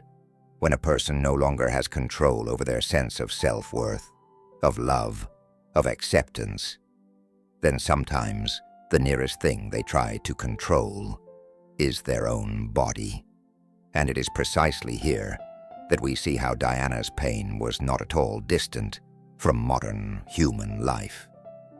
The only difference is that for her, everything took place beneath a far harsher gaze. Try to imagine a very young woman living inside one of the most closely observed institutions in the world, expected always to appear beautiful, always correct, always graceful, while inwardly her private life is full of the feeling of being left behind, compared, and pushed to the margins within her own marriage.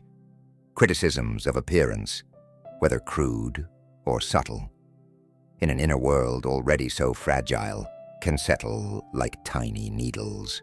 One needle hurts a little, but hundreds of needles, day after day, can make the whole soul bleed. For Diana, bulimia was not only a reaction to stress, it was also a reaction to the feeling that she was being looked at as a surface, while the deepest part of her was not being held. Perhaps what hurt most of all was this: it was a profoundly lonely battle. Many psychological illnesses or behavioral disorders can be hidden for a long time, especially in an environment where everyone is already accustomed to maintaining an image. On the surface, Diana could still appear in public in beautiful dresses, with a soft smile and eyes that knew how to touch the hearts of others. But at depth, she was living in the conflict between image and being. On one side stood Diana, as the world wanted to see her. On the other stood the real woman who was hurting, lacking, and unable to know what to do with the feeling that she had never truly been enough. To be loved completely.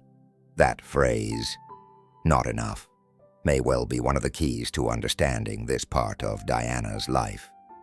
Not beautiful enough by someone else's standard. Not correct enough for a system that already had its own model. Not secure enough to trust in love. Not chosen enough to stop fearing abandonment. When the feeling of not being enough sinks deep into the self, a person often no longer sees the body as a home in which to live, but as an object that must be checked, corrected, punished, or controlled. And that is a very quiet kind of suffering, because outsiders often see only the behavior and not the hunger for affection, the hunger for affirmation, the hunger to be accepted that has been accumulating for so long. Deep Sleep of Power always tries to see historical figures not only through achievement or symbol, but through their deeply human psychological ruptures. With Diana, this part is especially important because it helps us understand that behind the perfect smile was a human being drowning in a battle with herself. And that very battle, paradoxically, widened her capacity for public empathy later on. someone who has lived through shame about her own body, who has known what a crisis of self feels like, who has struggled alone in rooms no one sees, often recognizes pain in others with unusual sensitivity. Such a person knows that a human being can look fine without being fine at all. She understands that beneath composure, there is often an abyss. This does not mean pain should be romanticized. Bulimia is a dangerous illness, harmful to both body and mind. It wears down the body. It sows further shame. It creates a cycle of control and collapse. But in Diana's story, we also see another truth. She did not entirely allow that pain to turn her into stone. Many people, after such crises, close inwards. Diana, by contrast, though she continued to carry her fractures, increasingly turned outward through compassion, as though the more deeply she understood the darkness in human beings, the less she wished to judge others. In the world of mass media, beauty is often glorified and consumed at the same time. Diana was one of those who endured that paradox most clearly. She was celebrated for her beauty, yet she was also wounded within the very space where that beauty was placed under examination. That gives her story a more universal quality than people sometimes realize. For many women, even without living in a palace, understand the feeling of having their bodies read like a report. This part, not enough. That part, too much. Am I more beautiful today than yesterday? Diana simply lived that reality on a scale that was more magnified, more public, and more cruel. So when she later spoke openly about her illness, she was not merely telling a personal story. She was opening a door for the public to understand that outward beauty does not protect a human being from inner suffering. This is also why this part of Diana's life holds such deep value for audiences today, especially in the year 2026, when image has become more and more a form of pressure. Social media, cameras, beauty standards, endless comparisons. All of these leave so many modern people living in a state of being seen without being understood. Diana lived through that early, even before the digital world exploded.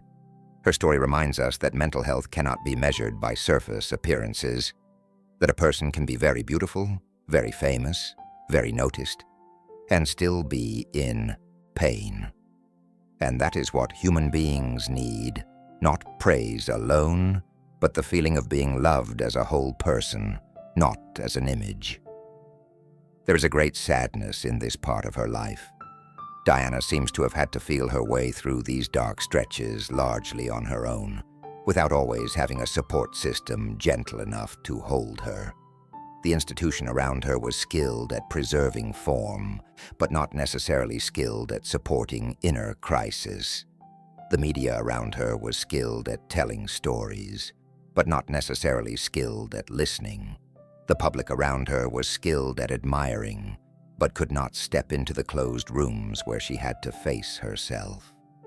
And so, like many human beings throughout history, Diana had to live for a long time with the most painful paradox of all, being seen by the whole world, but not always truly seen. And yet, within that darkness, another movement was quietly taking shape.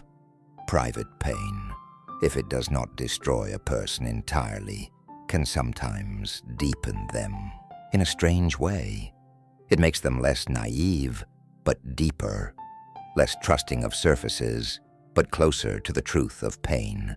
And Diana, through those unseen rooms, was gradually moving toward a major turning point in her life. From a woman carried along by image to a human being beginning to use her very fragility to touch those whom the world was also leaving at the margins.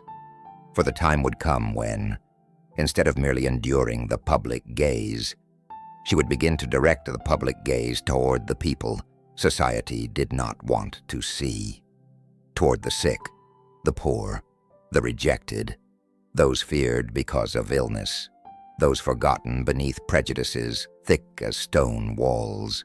Just as after a long night in a closed room, the door suddenly opens, not so that light may shine only upon oneself, but so that one may step out and bring a little of the warmth of understanding to others. Diana's life, too, was about to move toward its brightest part, the place where compassion would no longer be only a trait of character, but would become action.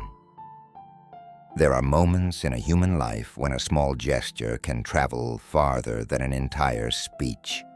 A hand extended at the right moment can shake the walls that years of argument have still failed to break down. And in Diana's life, it was perhaps precisely such moments that created her most enduring light.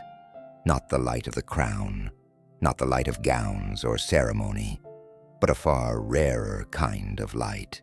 The light of a human being moving closer to pain while the rest of the world is still stepping back. After years of being looked at, judged, and turned into a symbol of beauty and tragedy, Diana gradually found the clearest path of her life, not at the center of the palace, but at the edge of society, where there were people who were ill, feared, shunned, and forgotten. Perhaps this was not a wholly unexpected turning point. If we look back slowly enough, we can see that the seed had been there from very early on. In the little girl who loved animals at Park House, in the young woman easily moved by the sorrow of others, in the mother who wanted her children to see real life, in the woman who had passed through dark rooms of her own. But it was here that those seeds truly flowered into public, deliberate action, powerful enough to shake the moral imagination of an era. One of the images most closely associated with Diana is her visits to hospitals, care centers, AIDS wards, leprosy clinics, and communities that society at the time still regarded with hesitation, fear, and even revulsion. To understand the weight of that, we must remember the context of those years.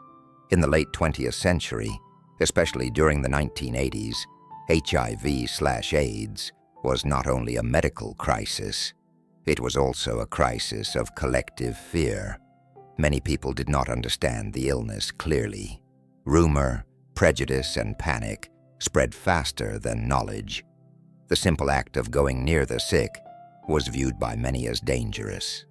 To touch them, sit close to them, look at them as one would look at any other human being.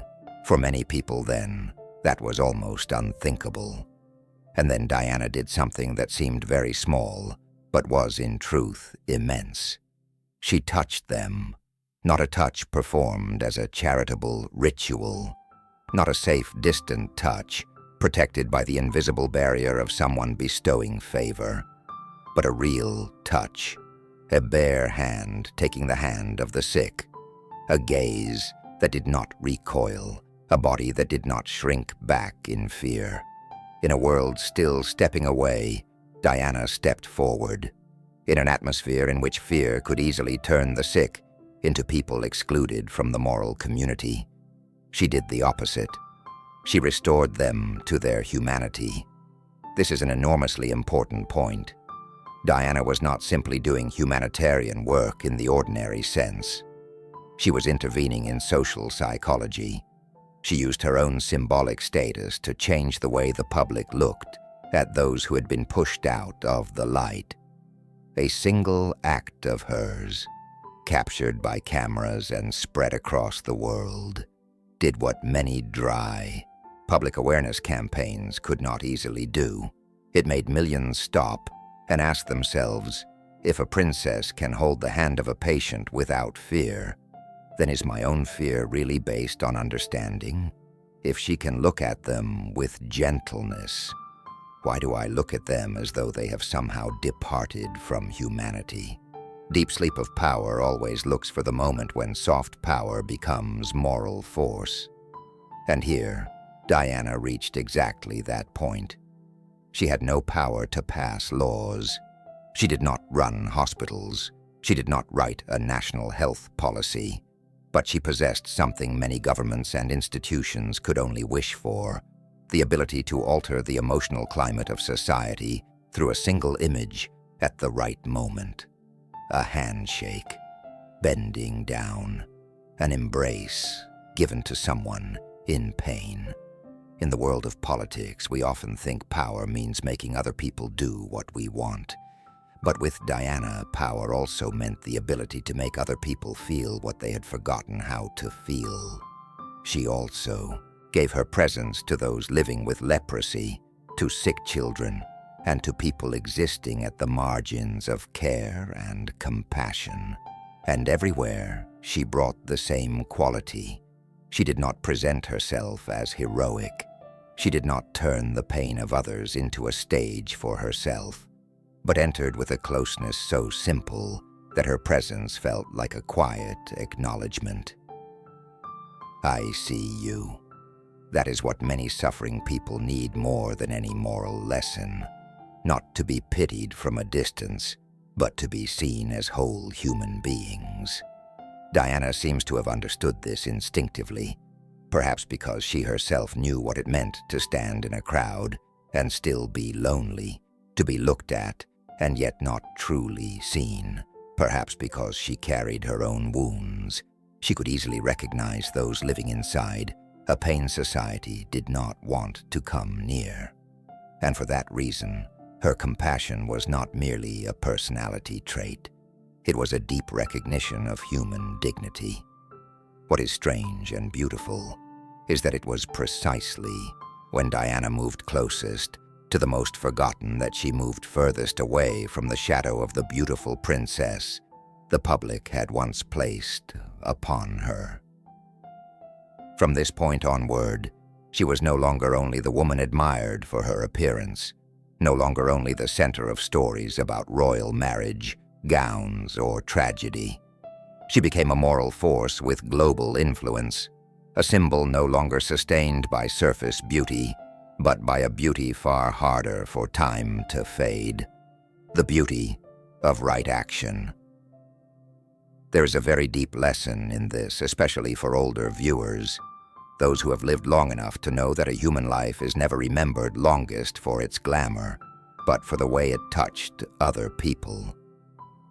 Diana showed that fame only truly matters when it is used to cast light into places that are dark.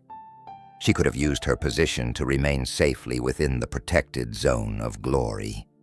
But instead she chose to step into hospital rooms, treatment wards, and communities, carrying the fear and prejudice of society upon their shoulders. That was not only kindness, it was courage. Courage because moving toward real pain is always harder than standing inside admiration. Courage because it means accepting misunderstanding, criticism, and even the accusation of breaking tradition. But perhaps it is precisely here that we see Diana most clearly as a person with an independent soul. She did not wholly accept the definition the system gave her. She gradually began to rewrite her own role. If the royal family gave her symbolic power, she would use that symbol for those who had no one to represent them. If the cameras were always pointed at her, she would turn the cameras toward thin hands, pale faces, and lives the world had grown used to ignoring. From the perspective of the media as well, this was an extraordinarily modern turning point. Diana understood that the century of images required a new kind of presence, not merely to stand beautifully, not merely to appear in order to preserve majesty, but to appear where public attention was truly needed. In that sense, she was ahead of her time. She understood something that by 2026 is even clearer to us. An image only has moral value when it is used to lessen indifference. If it is used only to feed glamour, it will sooner or later become empty. And from here onward, Diana's story grew fuller, brighter, deeper. Her private wounds did not disappear. Her marriage did not heal itself. The palace did not suddenly become warm, but a real transformation had taken place. Diana began to live not only as someone enduring her life, but as someone using her life to do good for others. It was a beautiful kind of maturation. Not maturation through hardness, but through turning pain into the capacity for empathy.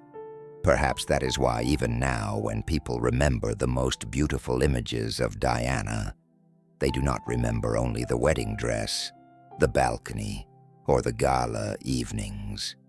They remember an ungloved hand, an embrace given to those who were feared, a figure bending lower than the ceremony required, a princess stepping into places many powerful people did not want to enter, and in that moment, making the whole world feel a little less cold. But everything has its price. The more Diana became an independent moral voice, the further she moved away from the version of the symbol the institution had once hoped she would preserve. The more she used compassion to define herself, the less willing she became to live only as one arranged part of another person's picture. As a lamp that burns brighter, and in doing so reveals more clearly the walls around it, Diana's moral radiance also began to make the fractures in her marriage and in her relationship with the system impossible to keep hidden behind silence. There are marriages that do not end in a single day. They do not shatter with one loud sound for everyone to hear.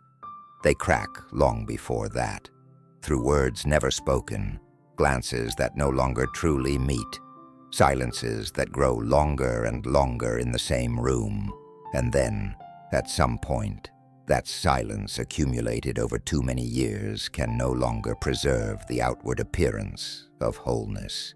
It must speak, and when it does, what breaks is not only the bond between two people, but also the illusion an entire age once placed upon them. For Diana and Charles, marriage was never a wholly private story. From the beginning, it was surrounded by institutions, media, national expectations, and the global imagination. But precisely because it had been constructed as such an immense public symbol, once it began to crack, that fracture could not remain quietly confined to personal life. It spread into the murmur of the press, into endless speculation, into a form of collective watching in which the public did not merely ask whether they still loved one another, but began to ask something larger: whether the monarchy could still preserve the appearance of stability it had always tried to present before the world. And yet, if we tell this story in the slow cadence of deep sleep of power, we should not begin with scandal. We should begin with a simpler truth, and a sadder one. This was the tragedy of a marriage never truly built upon a genuine meeting between two souls. Diana entered marriage needing to be loved, to be chosen, to have a home that might soothe old wounds. Charles entered marriage with a far more complicated burden: duty, history, the constraints of role, and an emotional life that had already been far from simple. Each of them, perhaps in his or her own way, was not entirely cruel to the other. But that is not enough to make a marriage healthy. Marriage requires more than goodwill. It requires real presence, real encounter, commitment rooted not only in duty, but in emotional depth. And that, between Diana and Charles, seems never to have existed in full. As the years passed, that distance did not narrow by itself. On the contrary, it grew beneath the lights. Camilla remained a presence that never truly left the story. The press sensed the smell of fracture more clearly with each passing day. The loneliness Diana had carried inside the palace gradually ceased to be merely a private feeling. It began to take on public form. People saw two human beings standing beside one another without truly standing with one another. They could read the coldness in shared appearances. And Diana herself, who had once tried to preserve a dream, gradually came to understand that some marriages do not fail because of a lack of effort, but because they were never built upon an emotional foundation real enough to bear the weight of life. One very important factor in this part of the story is the press. The media did not create every problem in the marriage, but it magnified those problems, pursued them, and turned private fractures into consumable public property. Every rumor, every article, every book, every revelation, all of it was like layers of wind passing over the surface of a lake, already broken by ripples, making what little calm remained harder and harder to preserve. For Diana, this was painful and deeply paradoxical, for the very woman who had once used image to reach the hearts of the public was now herself being dragged by image and media into a vortex in which private pain no longer belonged to her alone. Andrew Morton's book and the revelations surrounding her married life marked an important point in that process. But it is not enough to see this only as a media move. It was also a sign that Diana had begun to reach the limit of silence. For too long, the story of her life had been told by others, by the royal family, by the press, by the public, by carefully arranged images. For too long, she had existed as a symbol, looked at by the world, without having full authority to define herself. And when a human being has been defined from the outside for too long, there comes a time when they need to reclaim their voice, even if the price of doing so is to pierce the curtain of politeness the entire system wishes to keep intact. This is a crucial turning point in Diana's journey. She gradually moved from the position of someone placed inside a picture to the position of someone beginning to step out of the frame in order to tell her own story. That shift did not happen cleanly. It carried pain, instability, divided reactions, and even choices that people would continue debating for years. But at the level of psychological depth, it was a moment of maturity. Not maturity in the sense of no longer being wounded, but maturity in the sense of no longer consenting to have one's life told only in the language of others. Perhaps it is here that Diana came to feel very close to many women around the world, even if their circumstances were far removed from palaces. There are countless people who live inside relationships already gone cold, already fractured, no longer a refuge for the soul, and yet remain silent too long because of duty, children, appearances, or fear of stepping outside. At a certain point, that silence becomes a way of erasing oneself, and when such people finally begin to speak, outsiders often see only the noise of upheaval. But what is truly happening within is a late profound effort to preserve what remains of the soul. So, it was with Diana. As the marriage gradually broke apart before the eyes of the world, she was not merely losing a public dream. She was also standing before the most painful question faced by so many human beings. If I am no longer the role others expected me to be, then who am I? If I am no longer kept inside the fairy tale, is the real self enough to go on living? It was in that obscured space that Diana began to transform.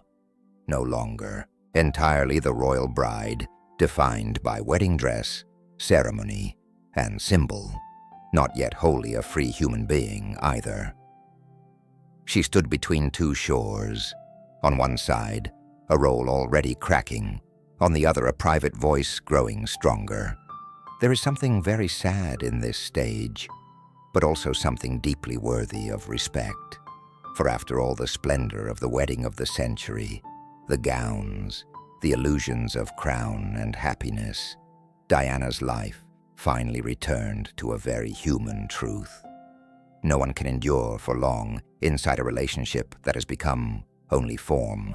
Institutions can survive in form, public image can survive on form, but the heart cannot. The heart needs to be loved, to be heard, to be met. When those things disappear, silence is only a thin layer of ice on the water's surface. Sooner or later, it breaks. This part of her life also shows us a very clear limit of institutional power. An institution can preserve discipline, ritual, and the outer appearance of continuity. But it cannot force two human beings into becoming a real marriage merely through duty. It can delay the voice of truth, but it cannot erase emotional truth. And the longer that truth is delayed, the more violently it shakes everything around it when it finally emerges. That is what happened to the House of Windsor in those years. Not merely a family crisis, but a crisis of how the monarchy confronted human reality, modern media, and emotions no longer willing to remain obediently behind the curtain. If we look at Diana during this period only as a scandal figure, we miss the deepest thing. The deepest thing is this. She was moving through a pain in which she no longer wished to live merely as an arranged image.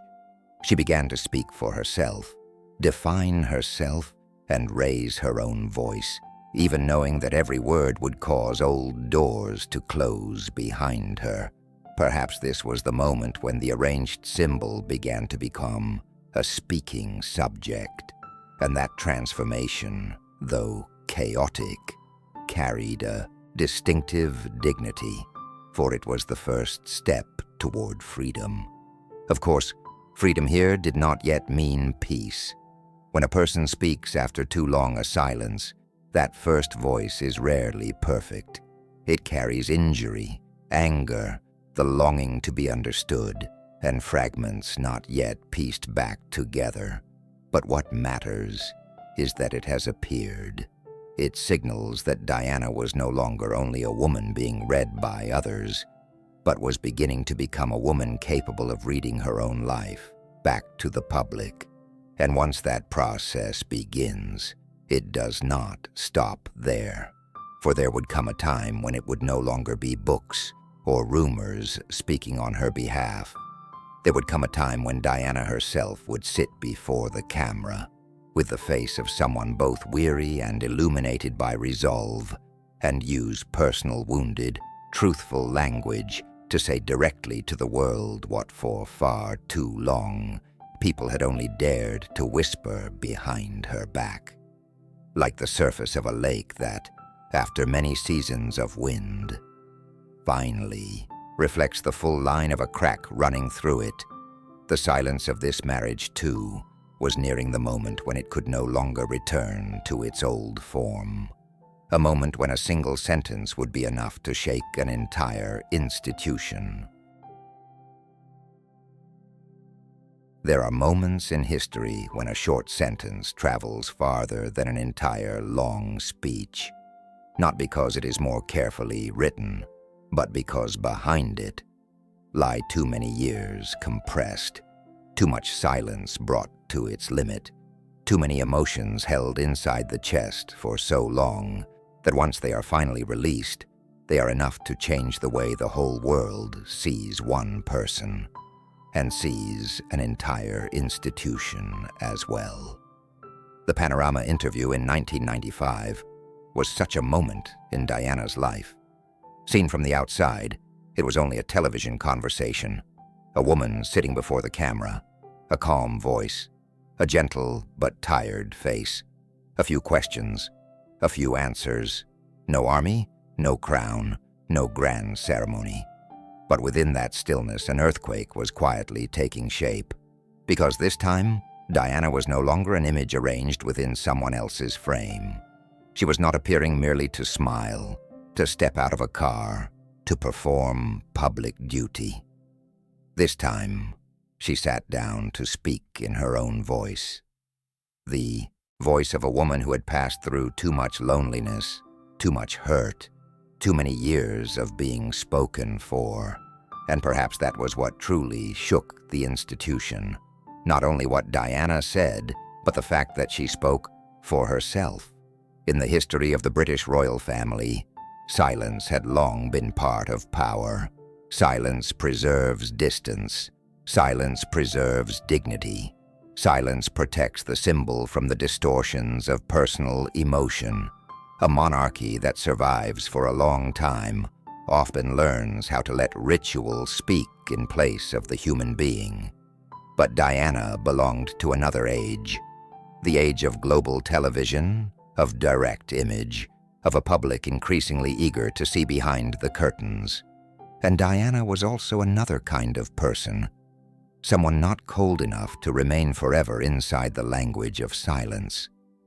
When she sat before that camera, what the public saw was not only a princess.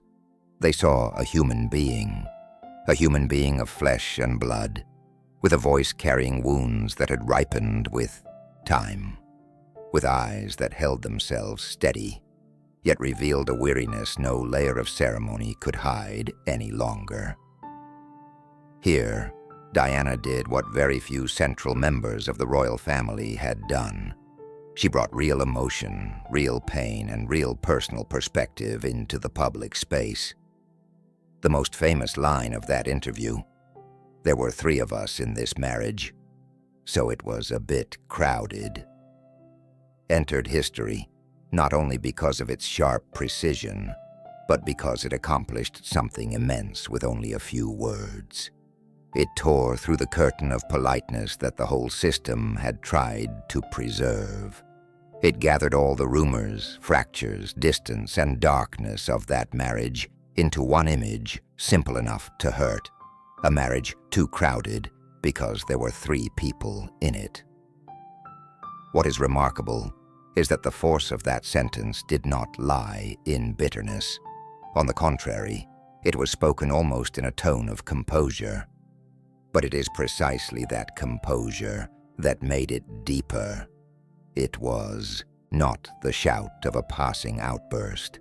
It was the crystallization of a pain that had settled for so long that it had become transparent.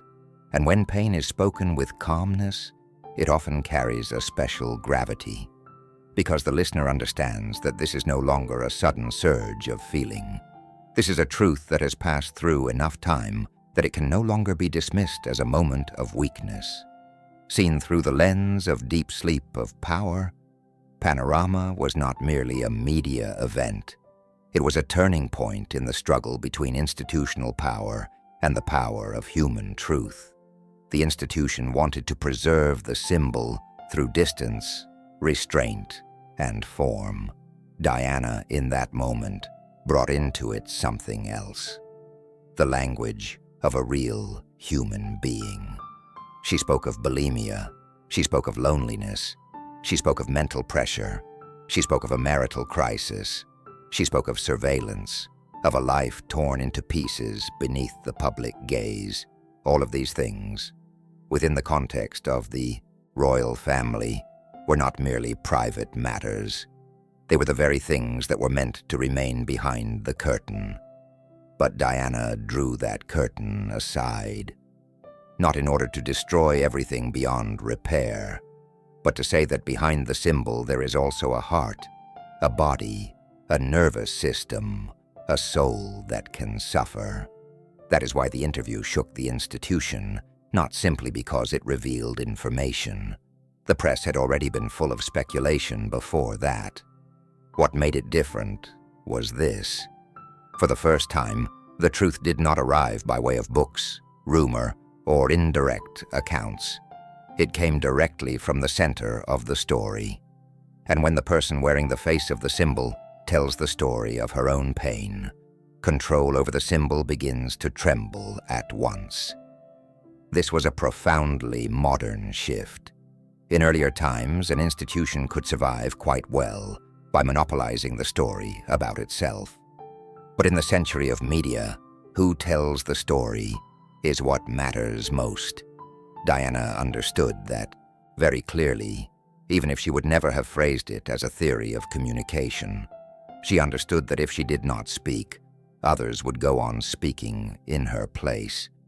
and would do so in ways that distorted or buried her real human self. Panorama was therefore not only a confession, it was also an act of reclaiming the right to define herself.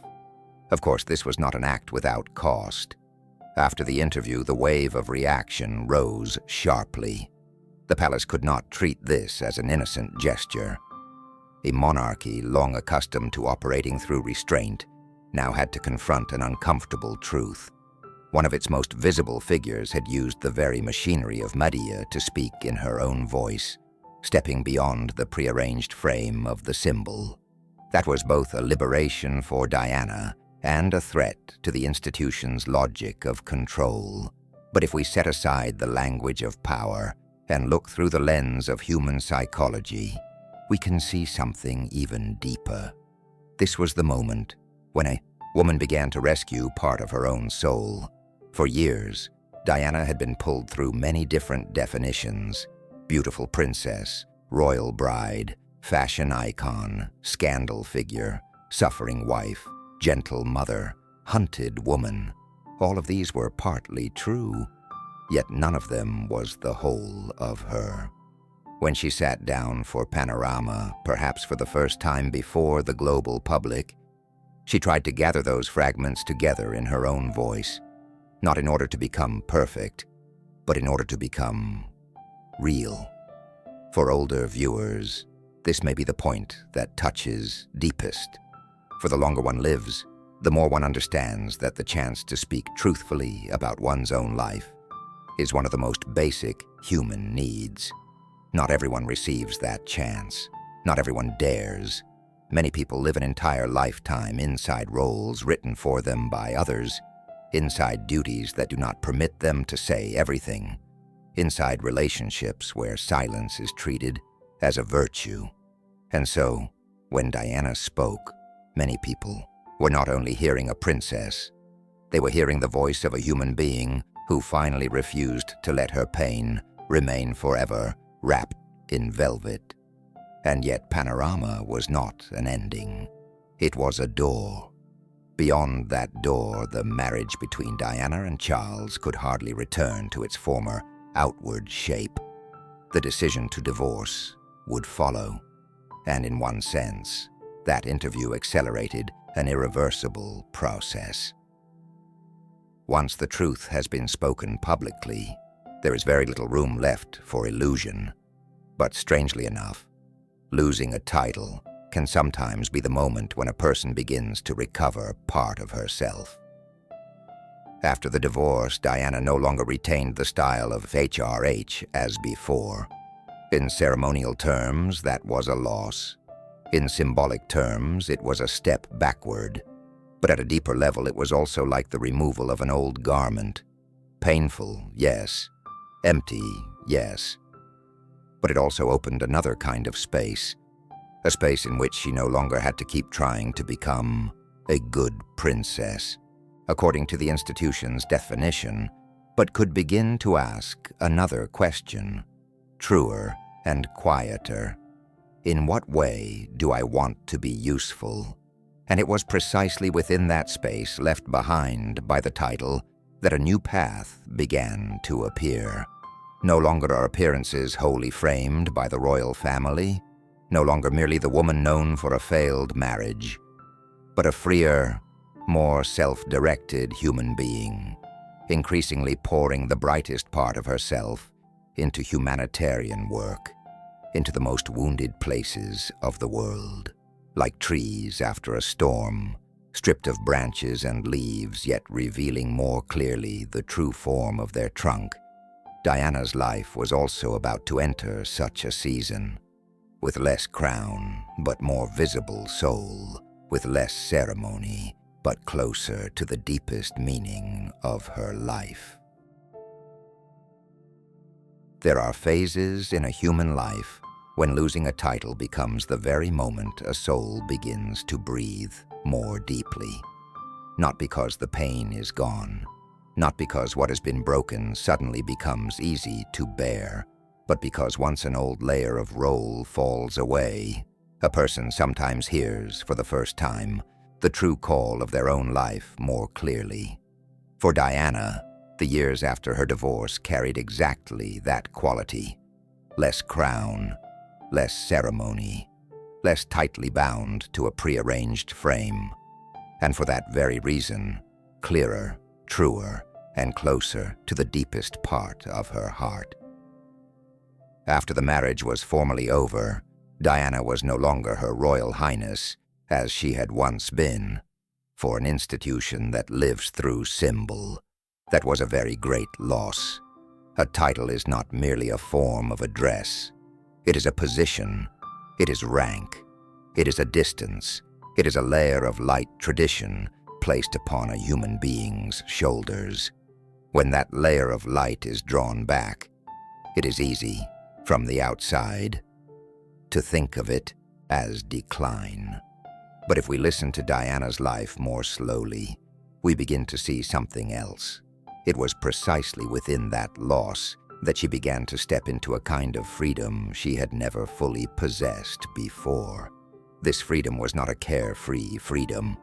It did not arrive like a springtime without cold winds. Diana remained under the public gaze. She was still pursued by the press. She still carried the old wounds of a broken marriage, of many years being seen more as a symbol than as a person. But one profoundly important shift had taken place. She no longer had to keep trying to become a good princess according to the institution's definition.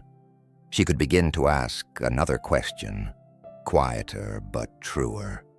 If I am no longer living to fit into someone else's frame, what do I want to live for? And it seems that Diana's answer became clearer and clearer in one direction: to become useful. This was a very beautiful stage of maturity in her life. For many people, when they lose a great role, they either fall into emptiness or try to find a substitute form of glory. Diana was different. She gradually directed her energy toward humanitarian work with a new concentration. No longer merely symbolic visits within the framework of royal duty. No longer forced to move alongside the limits of ceremony.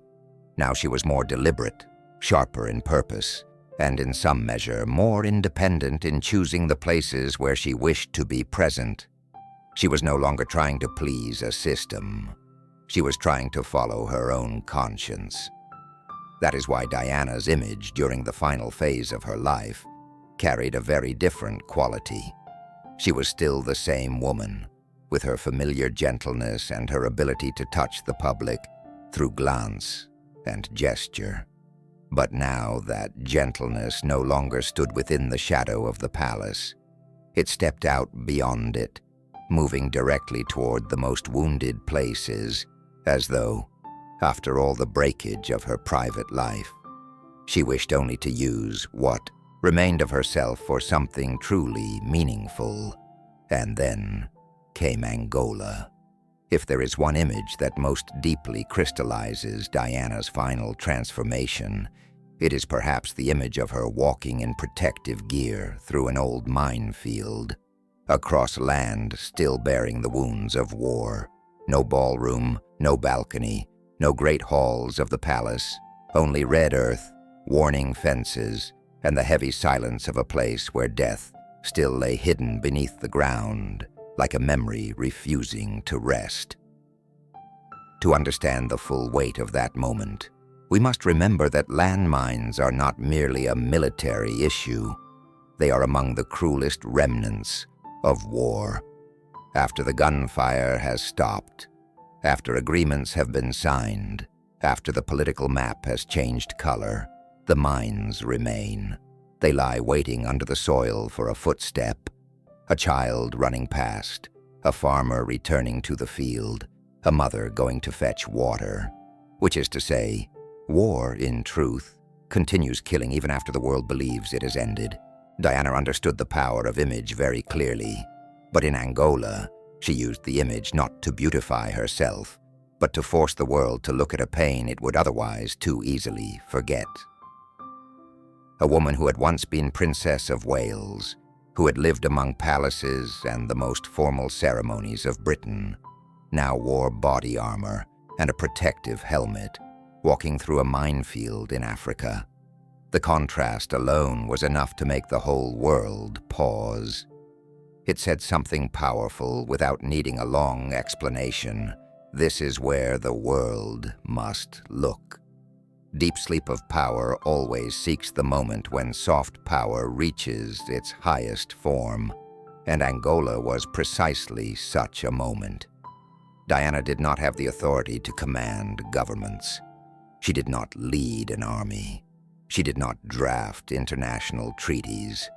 But she possessed the ability to do what many leaders could not, to draw the conscience of the world toward a wounded landscape by the force of her own presence.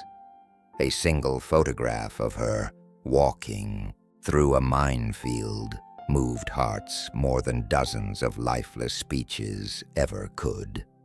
Because in the modern world, there are times when justice begins only when someone famous enough makes forgotten pain impossible to ignore any longer. What is most admirable is that Diana did not appear in Angola like a celebrity performing charity for appearance's sake. Her presence there did not feel ornamental. It felt committed. There was a profound seriousness in the way she entered that place, as though after all the years in which she had been consumed as a symbol, she had at last found a way to use that symbol for something greater than herself. This was the deepest point of Diana's maturity. She was no longer trying to become a beloved princess. She was trying to become a useful human being. That phrase sounds simple, but if we think about it carefully, it contains an entire journey. From the little girl at Park House who loved animals and liked to care for them, to the insecure young woman carrying the fractures of early life, to the woman who was turned into a public dream and then broken apart before the eyes of the world, to the mother who used her warmth to resist the coldness of the institution, to the public figure who understood that the camera was a power, and finally, to Diana of Angola, the most distilled version of herself, less adorned, less illusion, but more soul. There is a very particular beauty in this freedom. It is not the freedom of someone who has forgotten pain. On the contrary, it is the freedom of someone who has gone through pain deeply enough to know she no longer wishes to waste the rest of her life on emptiness. For Diana, it seems that after the marriage had broken, after the title had changed, after the old image was no longer enough to shelter her, she chose to move toward what was real pain, real people, real need, and it is precisely that choice that gives the final phase of her life a light that is very quiet, yet very deep. For older viewers, this part of Diana's life offers a very gentle lesson.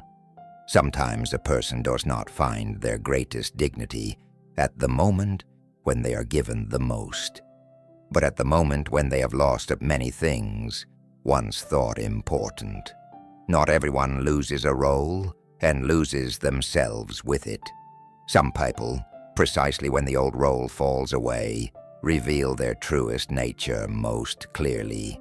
Diana, after the crown, perhaps came closer than ever before to the most precious thing in her life, the ability to make the world feel a little less cold in the places that hurt most.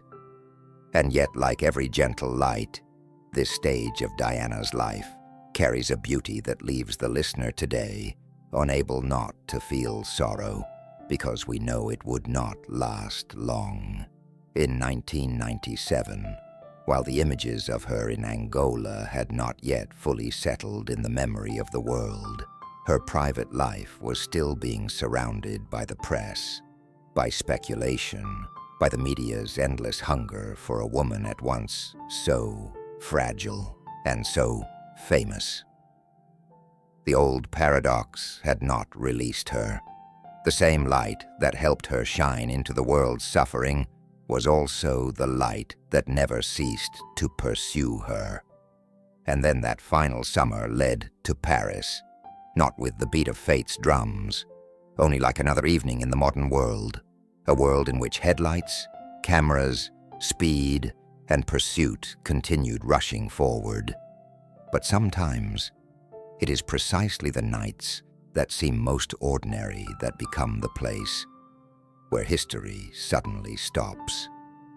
Like a lamp that has burned through too many winds and at last trembles in the dark, Diana's journey too was nearing the moment when the whole world would fall silent. Not only because of an accident, but because of the painful realization that the light which had celebrated her for so many years was, in the end, also the very thing that had never truly allowed her to be at peace. There are nights that enter history, not because they are louder than other nights, but because afterward, the whole world seems unable to keep its former rhythm. Diana's final night in the late summer of 1997 was such a night.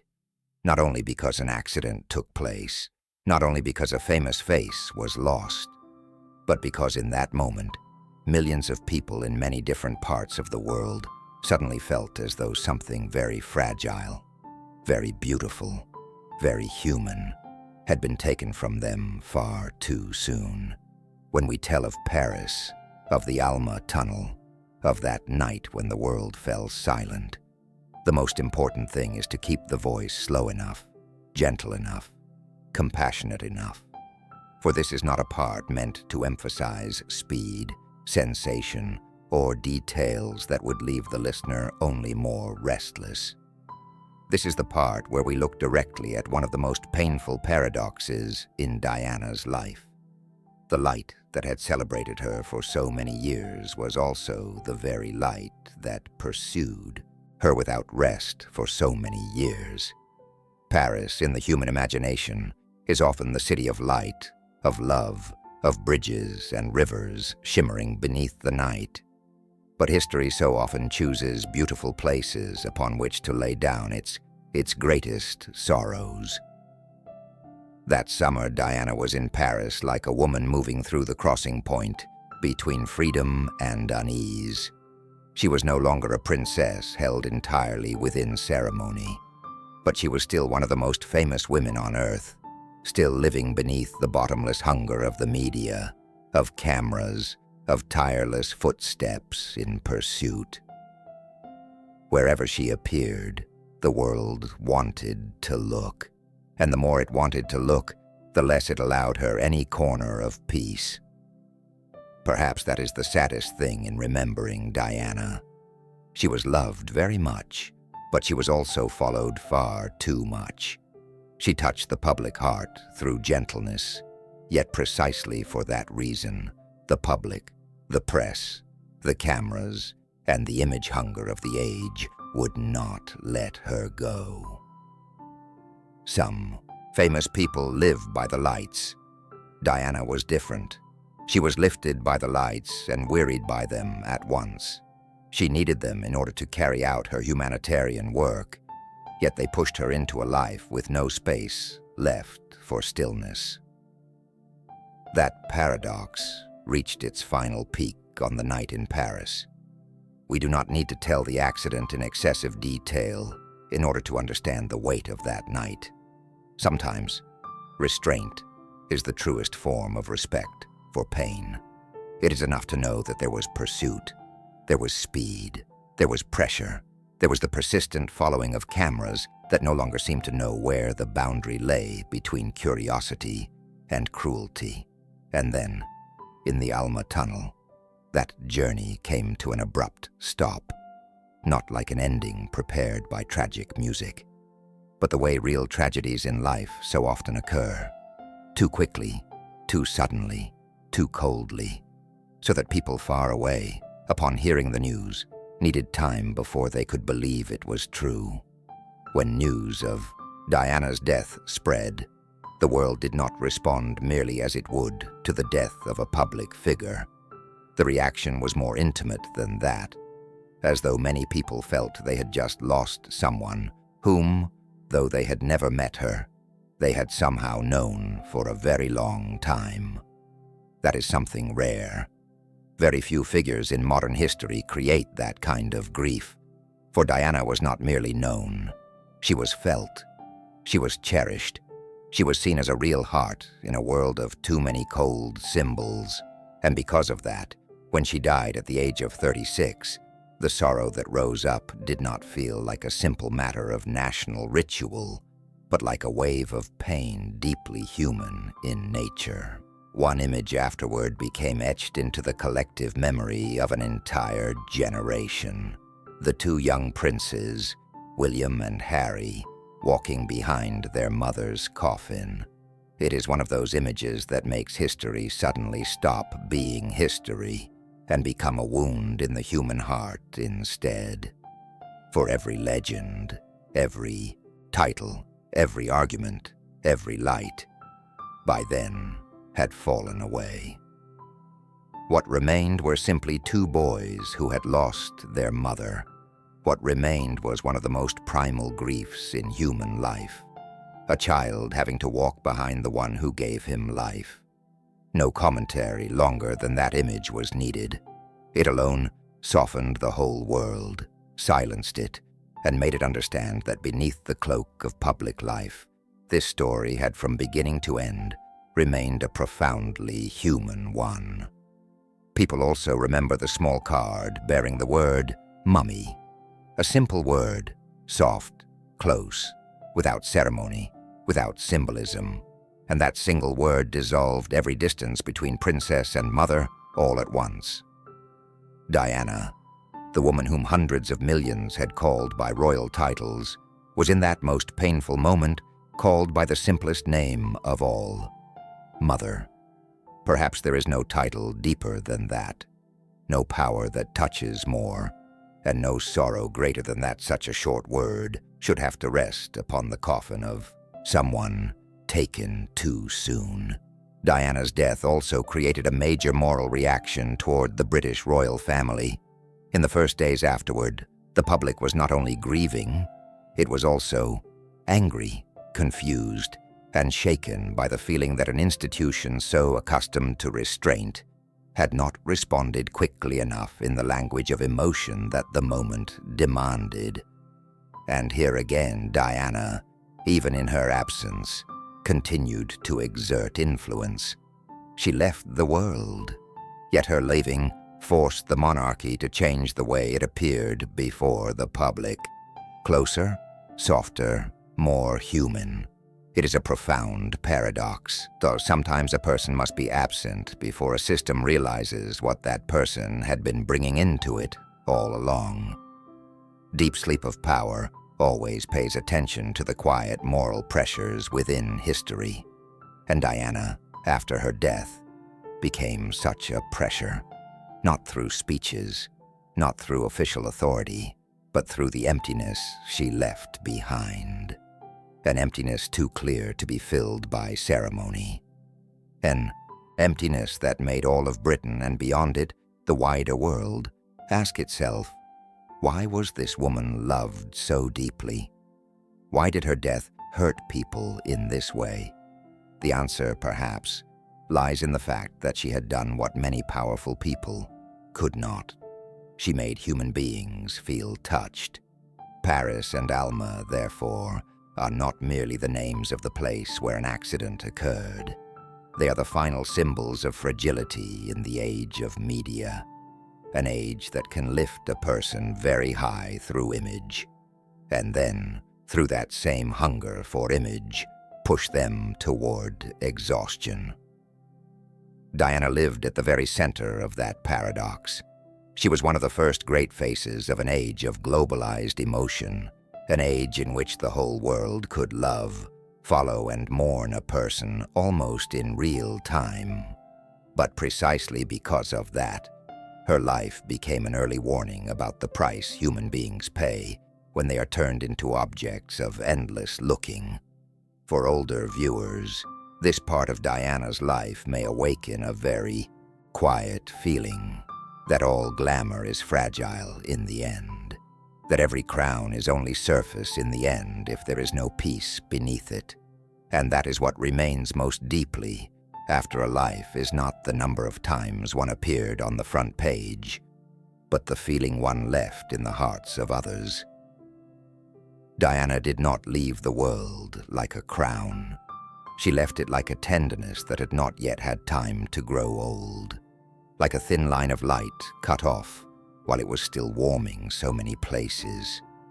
Perhaps that is why the whole world fell silent that night, not only in shock, but because, for the first time, many people understood so clearly that some lights should never be pursued to the very end, that some human beings ought to be allowed to breathe, allowed to live, allowed to grow old in peace.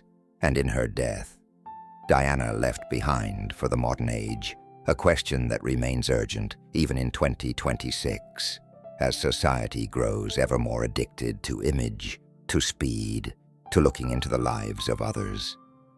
Do we still know how to stop before curiosity turns into a form of cruelty? But if the story ended only with that night, it would be only a beautiful and sorrowful tragedy. Diana left behind more than tragedy. She left a legacy. She left questions that continued living after her. She left changes in the way the public understands compassion, image, and the role of a public figure with a soul. Just as after the darkest night, what remains is not only the memory of darkness, but the small light someone managed to place into human hearts before going far away. So Diana's story is also about to move into its gentlest place, the place where we do not ask only how she died, but what she is still teaching our age. Let your breathing slow a little. Slow like the light in the room being turned down by one more notch. Bright enough to see, gentle enough that the heart no longer has to brace itself. Breathe in, as though inviting peace to step inside. Breathe out, as though seeing the tensions of today gently out the door, light as a leaf leaving its branch on a windless night. And now, as the story has nearly completed its circle, we return to 2026, our own age. An age that is very bright, but not always warm, very fast, but not always deep, full of connection, yet also full of loneliness. An age in which news travels faster than breath. Images arrive before thought, and human beings can know so much about one another, and still miss the pain of the person standing right in front of them. In such an age, Diana does not appear merely as a beautiful memory of Britain. She appears as a very gentle, yet very deep reminder. Not a reminder of the wedding dress, not only of tragedy, not only the face of a once looked up to by the whole world, but a reminder of a capacity that is becoming ever more precious in modern life. The capacity to still keep a human heart in a world learning how to grow numb. The first lesson Diana leaves for 2026 may be this: fragility does not stand in opposition to strength. Diana was not strong in the manner of cold steel. She cried. She was wounded. She felt lost. She broke apart in many stages of her life. She was not the model of a person who is emotionless, untouchable, always standing straight without trembling. And yet precisely there, she revealed a kind of strength our age desperately needs to remember. A human being does not have to become hard as stone in order to be called strong. Sometimes the strongest person is the one who can still be moved without becoming bitter, the one who still knows pain without learning cruelty, the one who remains soft without completely dissolving beneath the storms of life. In 2026, we are living in an age that often praises the appearance of control. One must be fast, sharp, never weak, always able to present the image of being fine. But Diana, through the whole of her life, seems to whisper something else. There are fractures that do not make us smaller. They only make us more human, and a heart that has passed through brokenness, if it does not close itself, can sometimes become the place through which light enters most gently. The second lesson is this: compassion is a form of great soft power. Diana had no true throne. She did not govern a country. She passed no laws. She commanded no army. She did not possess power in the hard sense history usually records. But she had something many powerful institutions could only wish for: the ability to touch the heart of the public directly. When she shook the hand of an AIDS patient in a time when fear was thicker than understanding, that was not merely a beautiful gesture. It was an act that shifted social psychology.